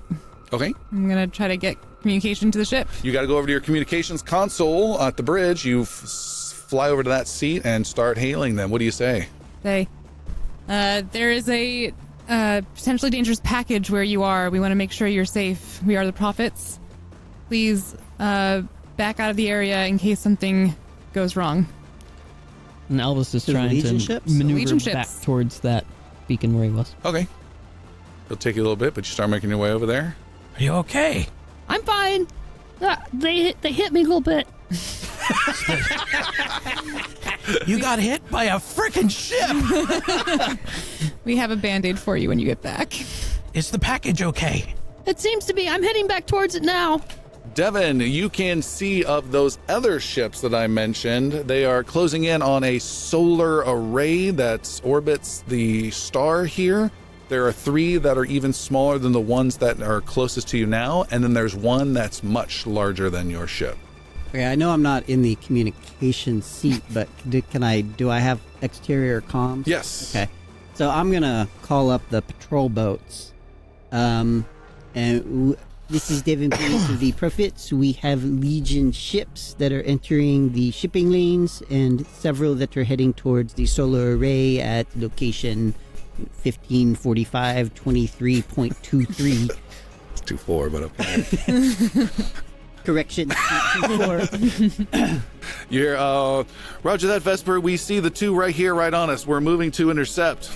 They're firing, you hear him say, and you can see those 2 ships that just arrived are firing at the few remaining transport vessels that are coming out of the planet. I open up. Okay. Make what I need to do here. They are at a long range for your weapons, so you're going to roll a disadvantage. You're going to roll, you have proficiency in ship weapons? Yes. Okay, so it's 2 plus your dexterity modifier. And a friendly pop-up for the Engineering Daily pops up. -4. Thank you for subscribing. Yeah, it's outside your range. You start firing the spray of energy at them. See if you can get them. Minus. Oh, damn it. Damn pop-up. 16? 16. You spray and you hit the right aft of one of the ships and damage them. Not significantly, but you do get a hit on them. They do not change course, and they are doing long-range fire at some of the civilian vessels. From that rough lane, it's kind of a rough exit point to get out of the gravity well of the planet, where all this traffic kind of disperses a bit, almost like a shotgun blast. These different vessels will get away, and then they'll all drift out. Some are now doing emergency to rush that process faster, and then cutting through there are 2 patrol boats from your planet that are racing to intercept these vessels as well. Augie, Catherine, what would you like to do? I'm working specifically with Albus to disarm this device. Okay. Same manner, just focus conversation. I'm working this model and trying to step him through. You see the device getting bigger and bigger and bigger in your view as Albus is returning to the spot, and he stops. You ask him to look around the other side. He rotates around, and you can see that the device is no longer powered. You disabled it. I did? It seems to be powered off. We may be in a bit of luck. I have to be honest with you. I didn't disable it. And Catherine, there's been no response. Months. All right. I'm just going to say, why are you here? Why have you shown up here? We've heard nothing about you coming. And if there's no response, I'm going to run to one of the other guns. Okay. You get out of the communication console, leave the bridge, and start heading to the middle of the bottom of the ship, middle top of the ship. So Devin looks around. He's basically in the cockpit by himself at this point. Yes. I shrug and head over towards the towards the captain's All right. chair. There's a wiggly bit over here, some sort of knob that pulls out over dear here. Celadon sphere, please help. And I'm gonna jam on the controls and start heading the ship straight towards the two Legion vessels that are firing on the. Does Albus get like dragged behind? He's not attached. He's not even How much air is he? How much time wise? How much air does he have? Albus got like 2 hours. Okay. I will keep that in mind. But not that heavy. Albus, can you hear me? Hi, Devin. Hi, we will be back. And Where are you going? Probably. keep focus on your task. You launch the engine forward. It responds too well. It's like a sports car in a new driver's hands. You need to make a vehicle piloting roll. It's your proficiency. You have proficiency in it? Nope. Oh. All right, just your dexterity modifier. 19. Woo! Yeah. Devin. Sarah Lansbury definitely helped. Gets it going. Your ship launches forward. Augie, you are tossed to the ground, and Catherine, you fall out of the short ladder that you were climbing up. The inertial compensators weren't there enough to counter Devin's dramatic acceleration. But Hey, Epo's back. but the Vesper flies really, really fast and starts to close in and putting you guys at normal range for your weapons. Kolsch, you may attack again if you'd like. Disadvantage No. still? Thank you. 24? 24. Total of 24? Let me find it here. Why, there we go. Roll, if you would, a d8 for damage. 1. 1 point of damage. All right. So the bad news is you did minimal glancing below. The good news is from now on, you've figured out the targeting system of this quad gatling. You get +1 to hit with this weapon. It's designed to hit targets very easily, unlike your other one. Which brings us to the other one. Catherine, you have climbed in, strapped yourself into the seat. The turret rotates into position. You have this long-range weapon pointed short range at these ships. You see Kolsch hit one, and you may attack as well. Yay. You are at -2 to hit, as this is not an accurate weapon. 12. 12. Do I add something? Just subtract something. You're going to subtract 2 because it's not an accurate weapon. You're going to add your proficient in the weapons. Yes. So you have to add your proficiency plus your dexterity modifier. Okay. Then it is a 14. 14. There's a big whop and a huge, massive shot goes extremely far and hits the vessel that Kolsch has been hitting. You need to roll a d12 for your damage. Ooh. My like first the time first ever D12 rolling a I think we've ever rolled. D12. Really? 12! Whoa! You hit the ship. You thought initially you missed because you see this beam go out for miles and miles and miles and miles. And then you realize, no, it pierced through the vessel. And then the rear section of it separates from the front section of it. And one of those Legion ships breaks in two. The rear section with the engines then pops and erupts in an explosion. And that explosion then catches the front section as well. And it's a big exploding mess. Good shot, kid. Don't get penisy. I don't think that's how that phrase goes. Don't get rooster-like. Albus, you're just watching all of this. You're just watching all this chaos out there. But there's not much you can do to that. Augie, you're able to do or say anything you need? You're still in your workshop. I'm still in my workshop. I don't know. I'm heading back down to the engine to see if I can calibrate it further. Okay. As I had screwed up, and I had some brilliant ideas. All right, you race down to engineering. There needs to be another piloting roll. Sweet. Devin. 12.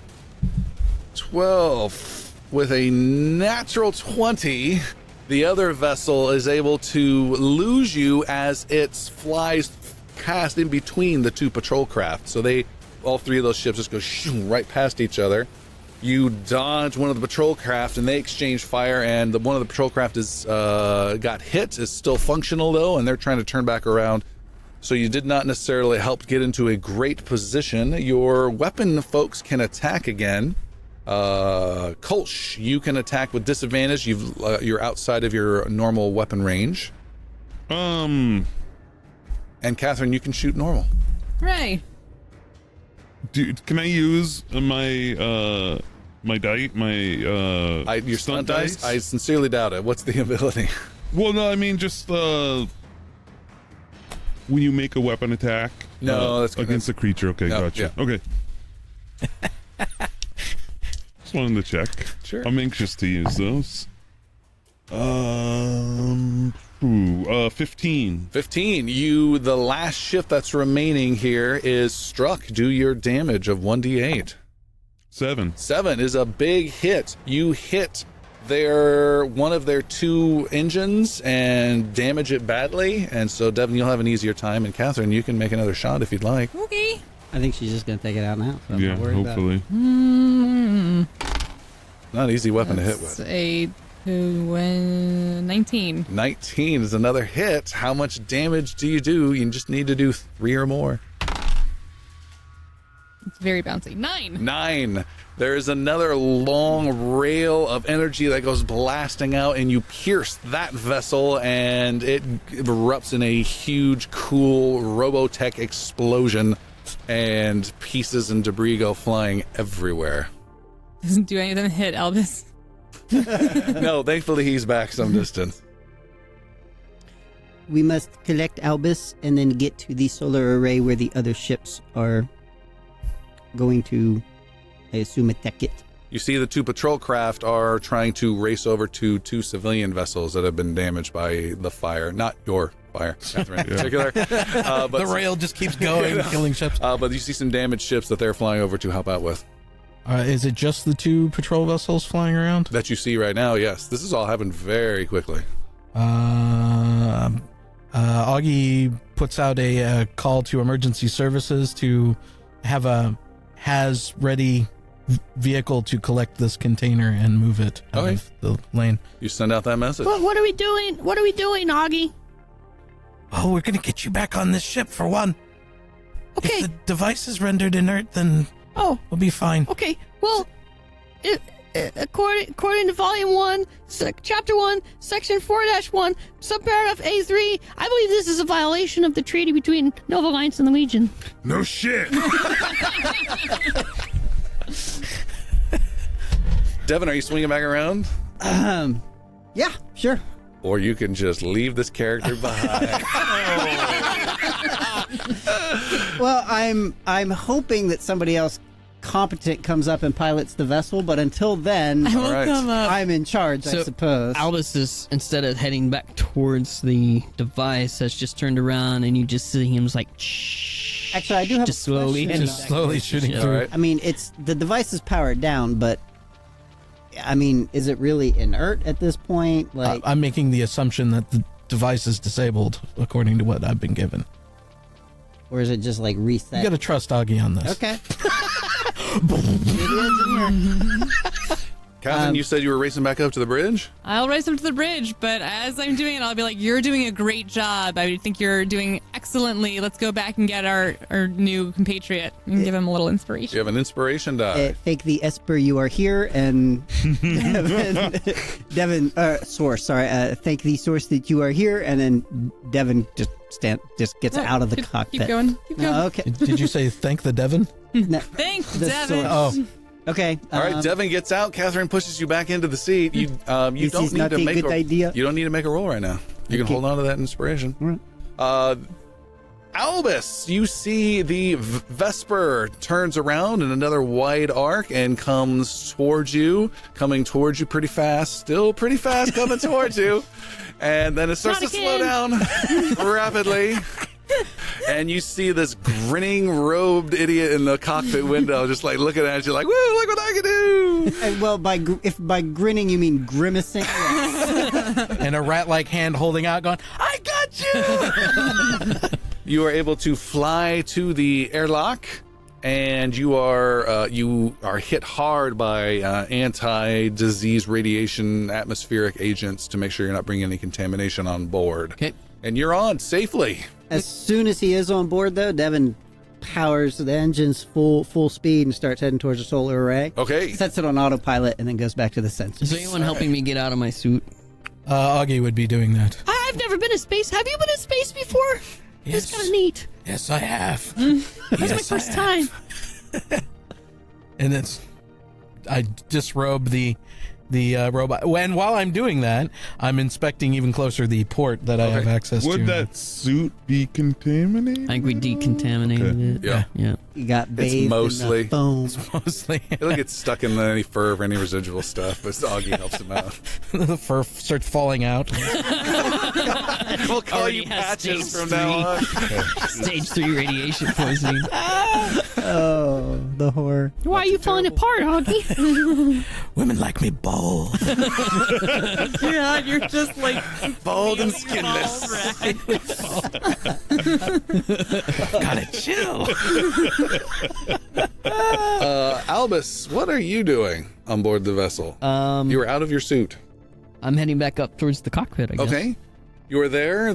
Catherine, you're standing next to the... And I'm just trying to just because, it seems like we are in and out of pilots a lot. I'm just trying to instruct Devin so that next time he feels more confident. I'm like, yeah, that's a good job. Now just go flick that thing. Awesome job, buddy. Over here. Yeah, look at this thing. You put up a sign-in sheet for the cocktail. Albus walks up and just... Hi, okay, I'm back. Just picks Devin up.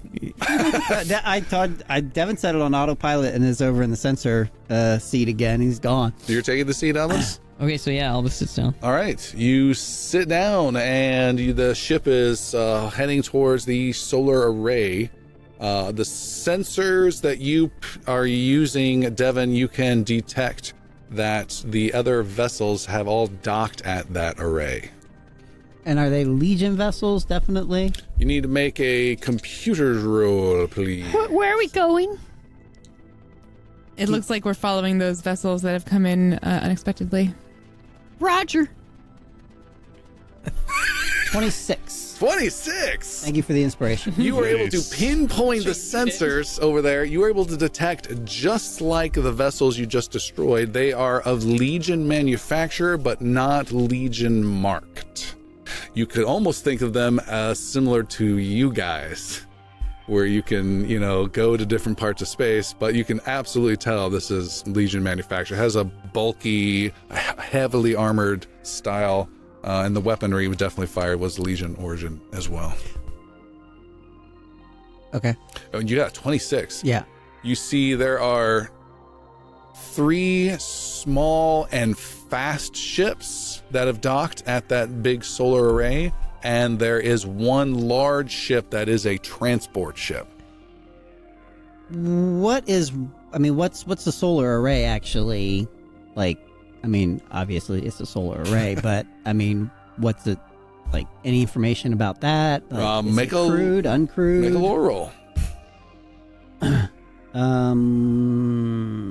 18. 18. You know just a little bit about it. The tech isn't your forte, but you know that it's some sort of science work they do harnessing the power of the sun. You're not sure what the function is, and there are it's manned. Okay, it is manned? Yep. Okay. This is not good. What's not good?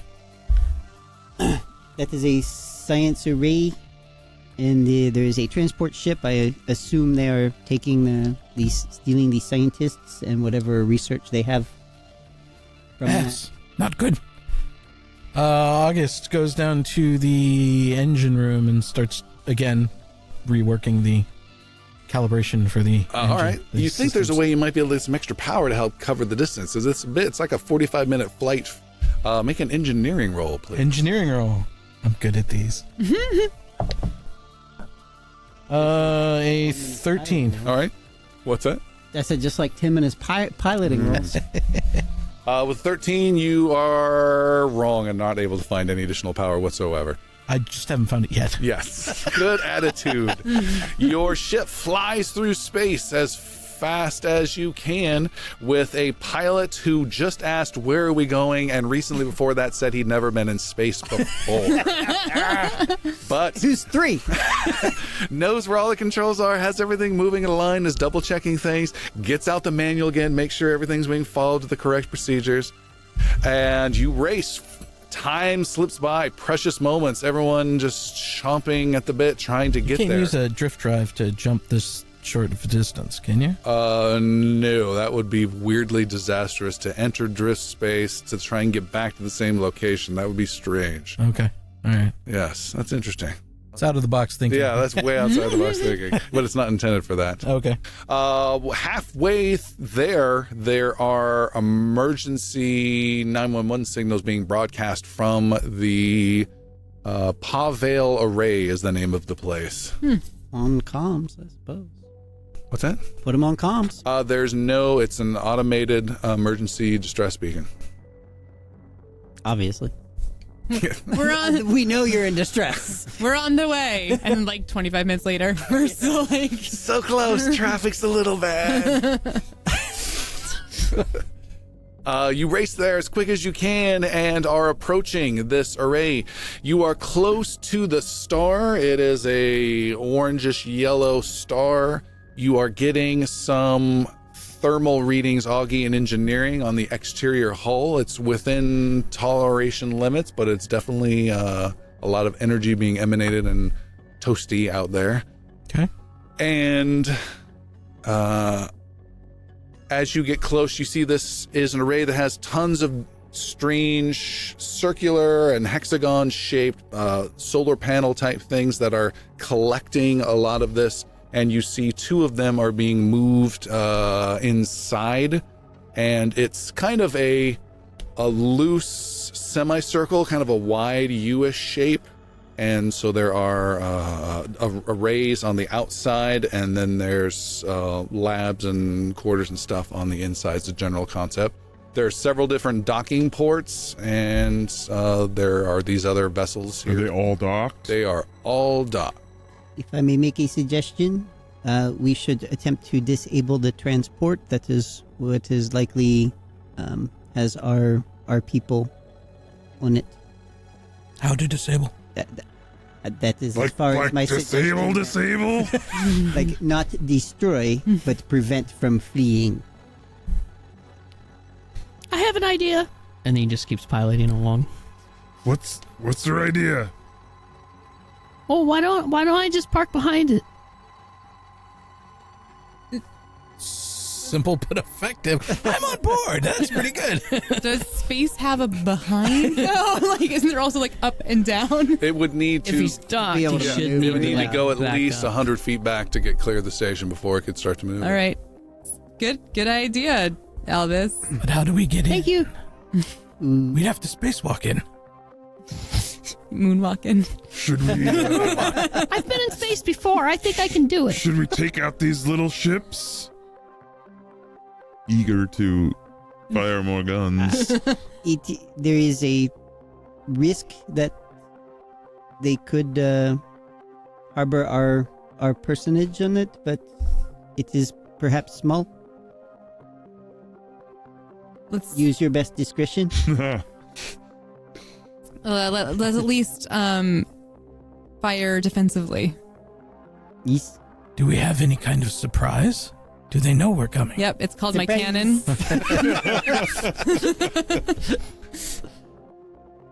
You're rapidly approaching this facility. You can see there is a section of glass that covers the top, the whole section. It's not glass, whatever cool space glass is. That covers it almost like a segmented domish top. Called cool space glass. Yeah, all along the top. So you can kind of see in a little bit as you're flying. You're still some distance away, but you can see there are fires, 2 different fires going on inside. Can August, or anyone really, access the internal network for surveillance? Not until you get inside. Not until, okay. We'll have to make the this smaller fast. ships, they're like attack ships? Are they like our ship, or? No, they are not. They are a fifth the size of your ship. Oh. And they just look fast. Okay. How quickly would Devin be able to get into a space suit? A minute or 2. And would that prevent him from being able to be effectively on sensors? Like, no. Okay, so Devin's gonna suit up in the meantime. Just like maybe leave the helmet off because I want to be able to exit the vehicle quickly. Okay. Devin's suiting up. Let's get ready to help the other ship while being on board. So what's the plan? I still have you approaching. You're close. You're seeing some of this stuff. I think it's really, really clear that we don't have a plan. Yeah. Why do you keep asking? What is this plan you speak of? Tactical plan by committee goes perfectly well. Well, it looks like there's fires raging in there. We have innocent people. We should probably dock and see if we can help them. If I can get on the vessel, I can put the fires out. That will not be an issue.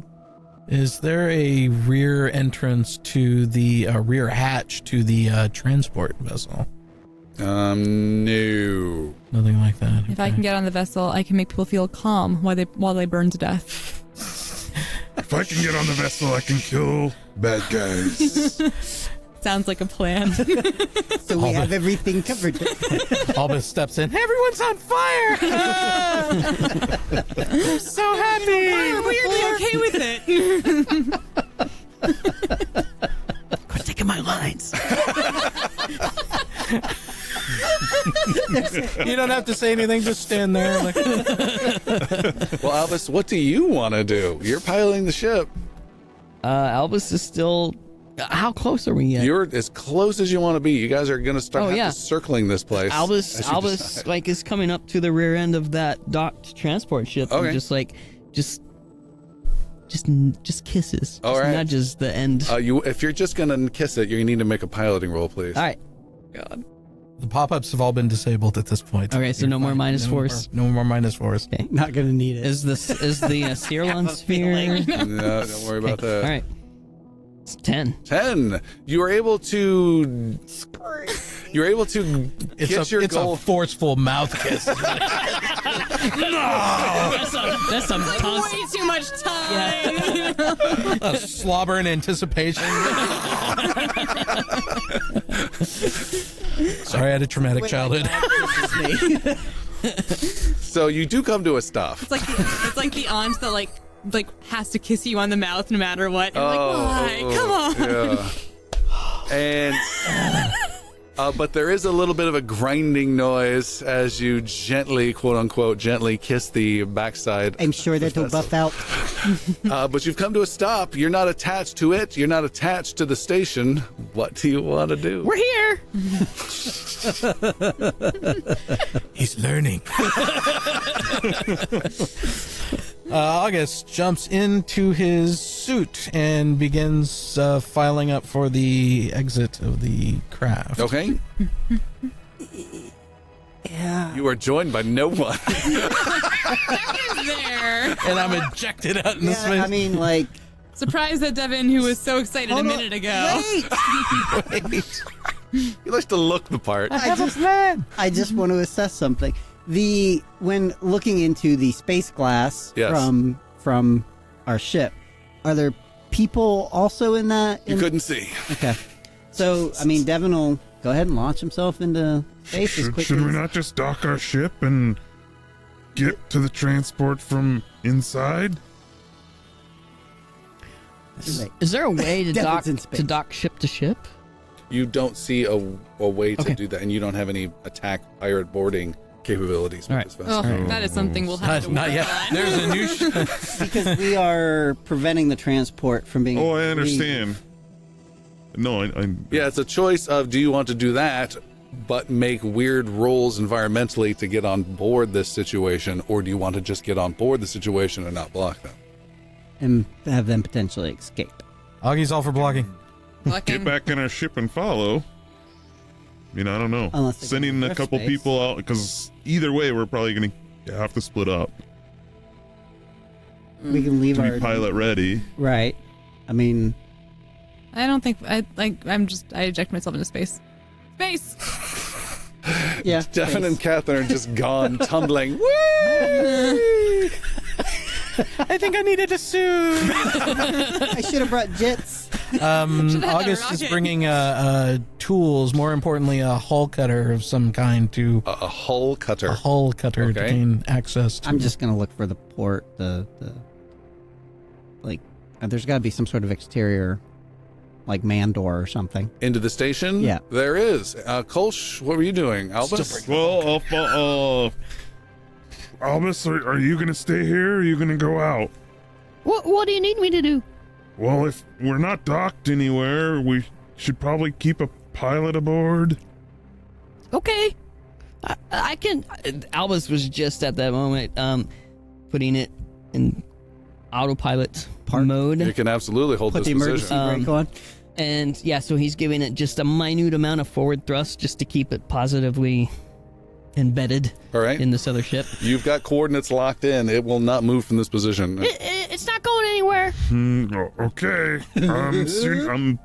Kolsch suits up. Bye-bye, and, Vesper.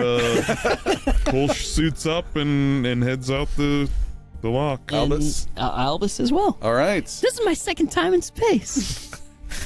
You're gonna tell us every single time, aren't you? Just wait till he learns episodes about away. other life functions. Oh, man. There's another thunk, thunk, as more profits are ejected out the airlock. It's like more of a potato gun than an airlock. You haven't figured out the settings. The pressure settings are not set right. And the five of you are kind of spiraling around, trying to find each other, orient, and you all start closing in on the station in your little pseudo jetpack environment suits. And we'll stop there for tonight. A surprise guest star appeared in the middle of the episode. So Tim and I had talked about Epo and what Tim wanted to do with him. Going through that conversation in the previous episode with Captain Valencia and what would Epo want to do? Would he want to change and adapt and try and find that prophet core ethic core that's needed for them? Would he rebel against it? And Tim said, I don't think Epo would go that route. He would just decide this isn't for me. And so that was Tim's choice. And then we thought about with some other options, and he came up with this new character idea. And we didn't tell any of the players this whatsoever. We worked on the idea, we got together and recorded his character creation. And we did this like a week in advance. We told everyone Tim wasn't going to be able to make it, so it would just be the rest of us playing, and it kind of worked out because Epo was being demoted, and everyone was a little sad Tim wouldn't make it, but it made sense. Some were even asking him, hey, you sure you can't make it tomorrow? And he's like, no. Little did they know, he was waiting for his cue to come in. So I told Tim I would let him know, give him a little secret little text message, and I would let him know when it was time for him to come in and make his grand entrance as Albus. And so it went longer than I thought. There was a lot of preemptive stuff with the players getting all sorts of new information and dealing with the satellite in orbit and going back and forth. And Tim was very patient, but they had no idea. And right as the captain says, here comes your new prophet, boom, Tim comes in and everyone is just like, oh my God, it's Tim. Which was great.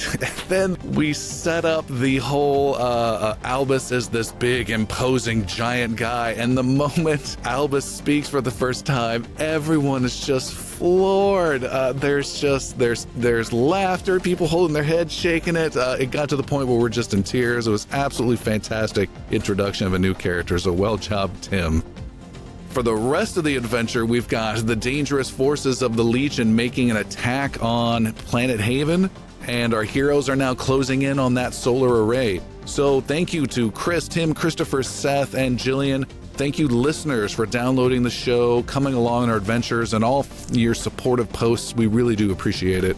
If you've been enjoying the show, check out patreon.com/ingloriousbards and consider supporting us. There's some great bonus content on there, including full lost episodes of the show and a ton of other content. What are the Legion doing attacking Nova Alliance space? What will our heroes find on the solar array? And how will the 3-year-old Albus fit in with the Prophets? Until next time.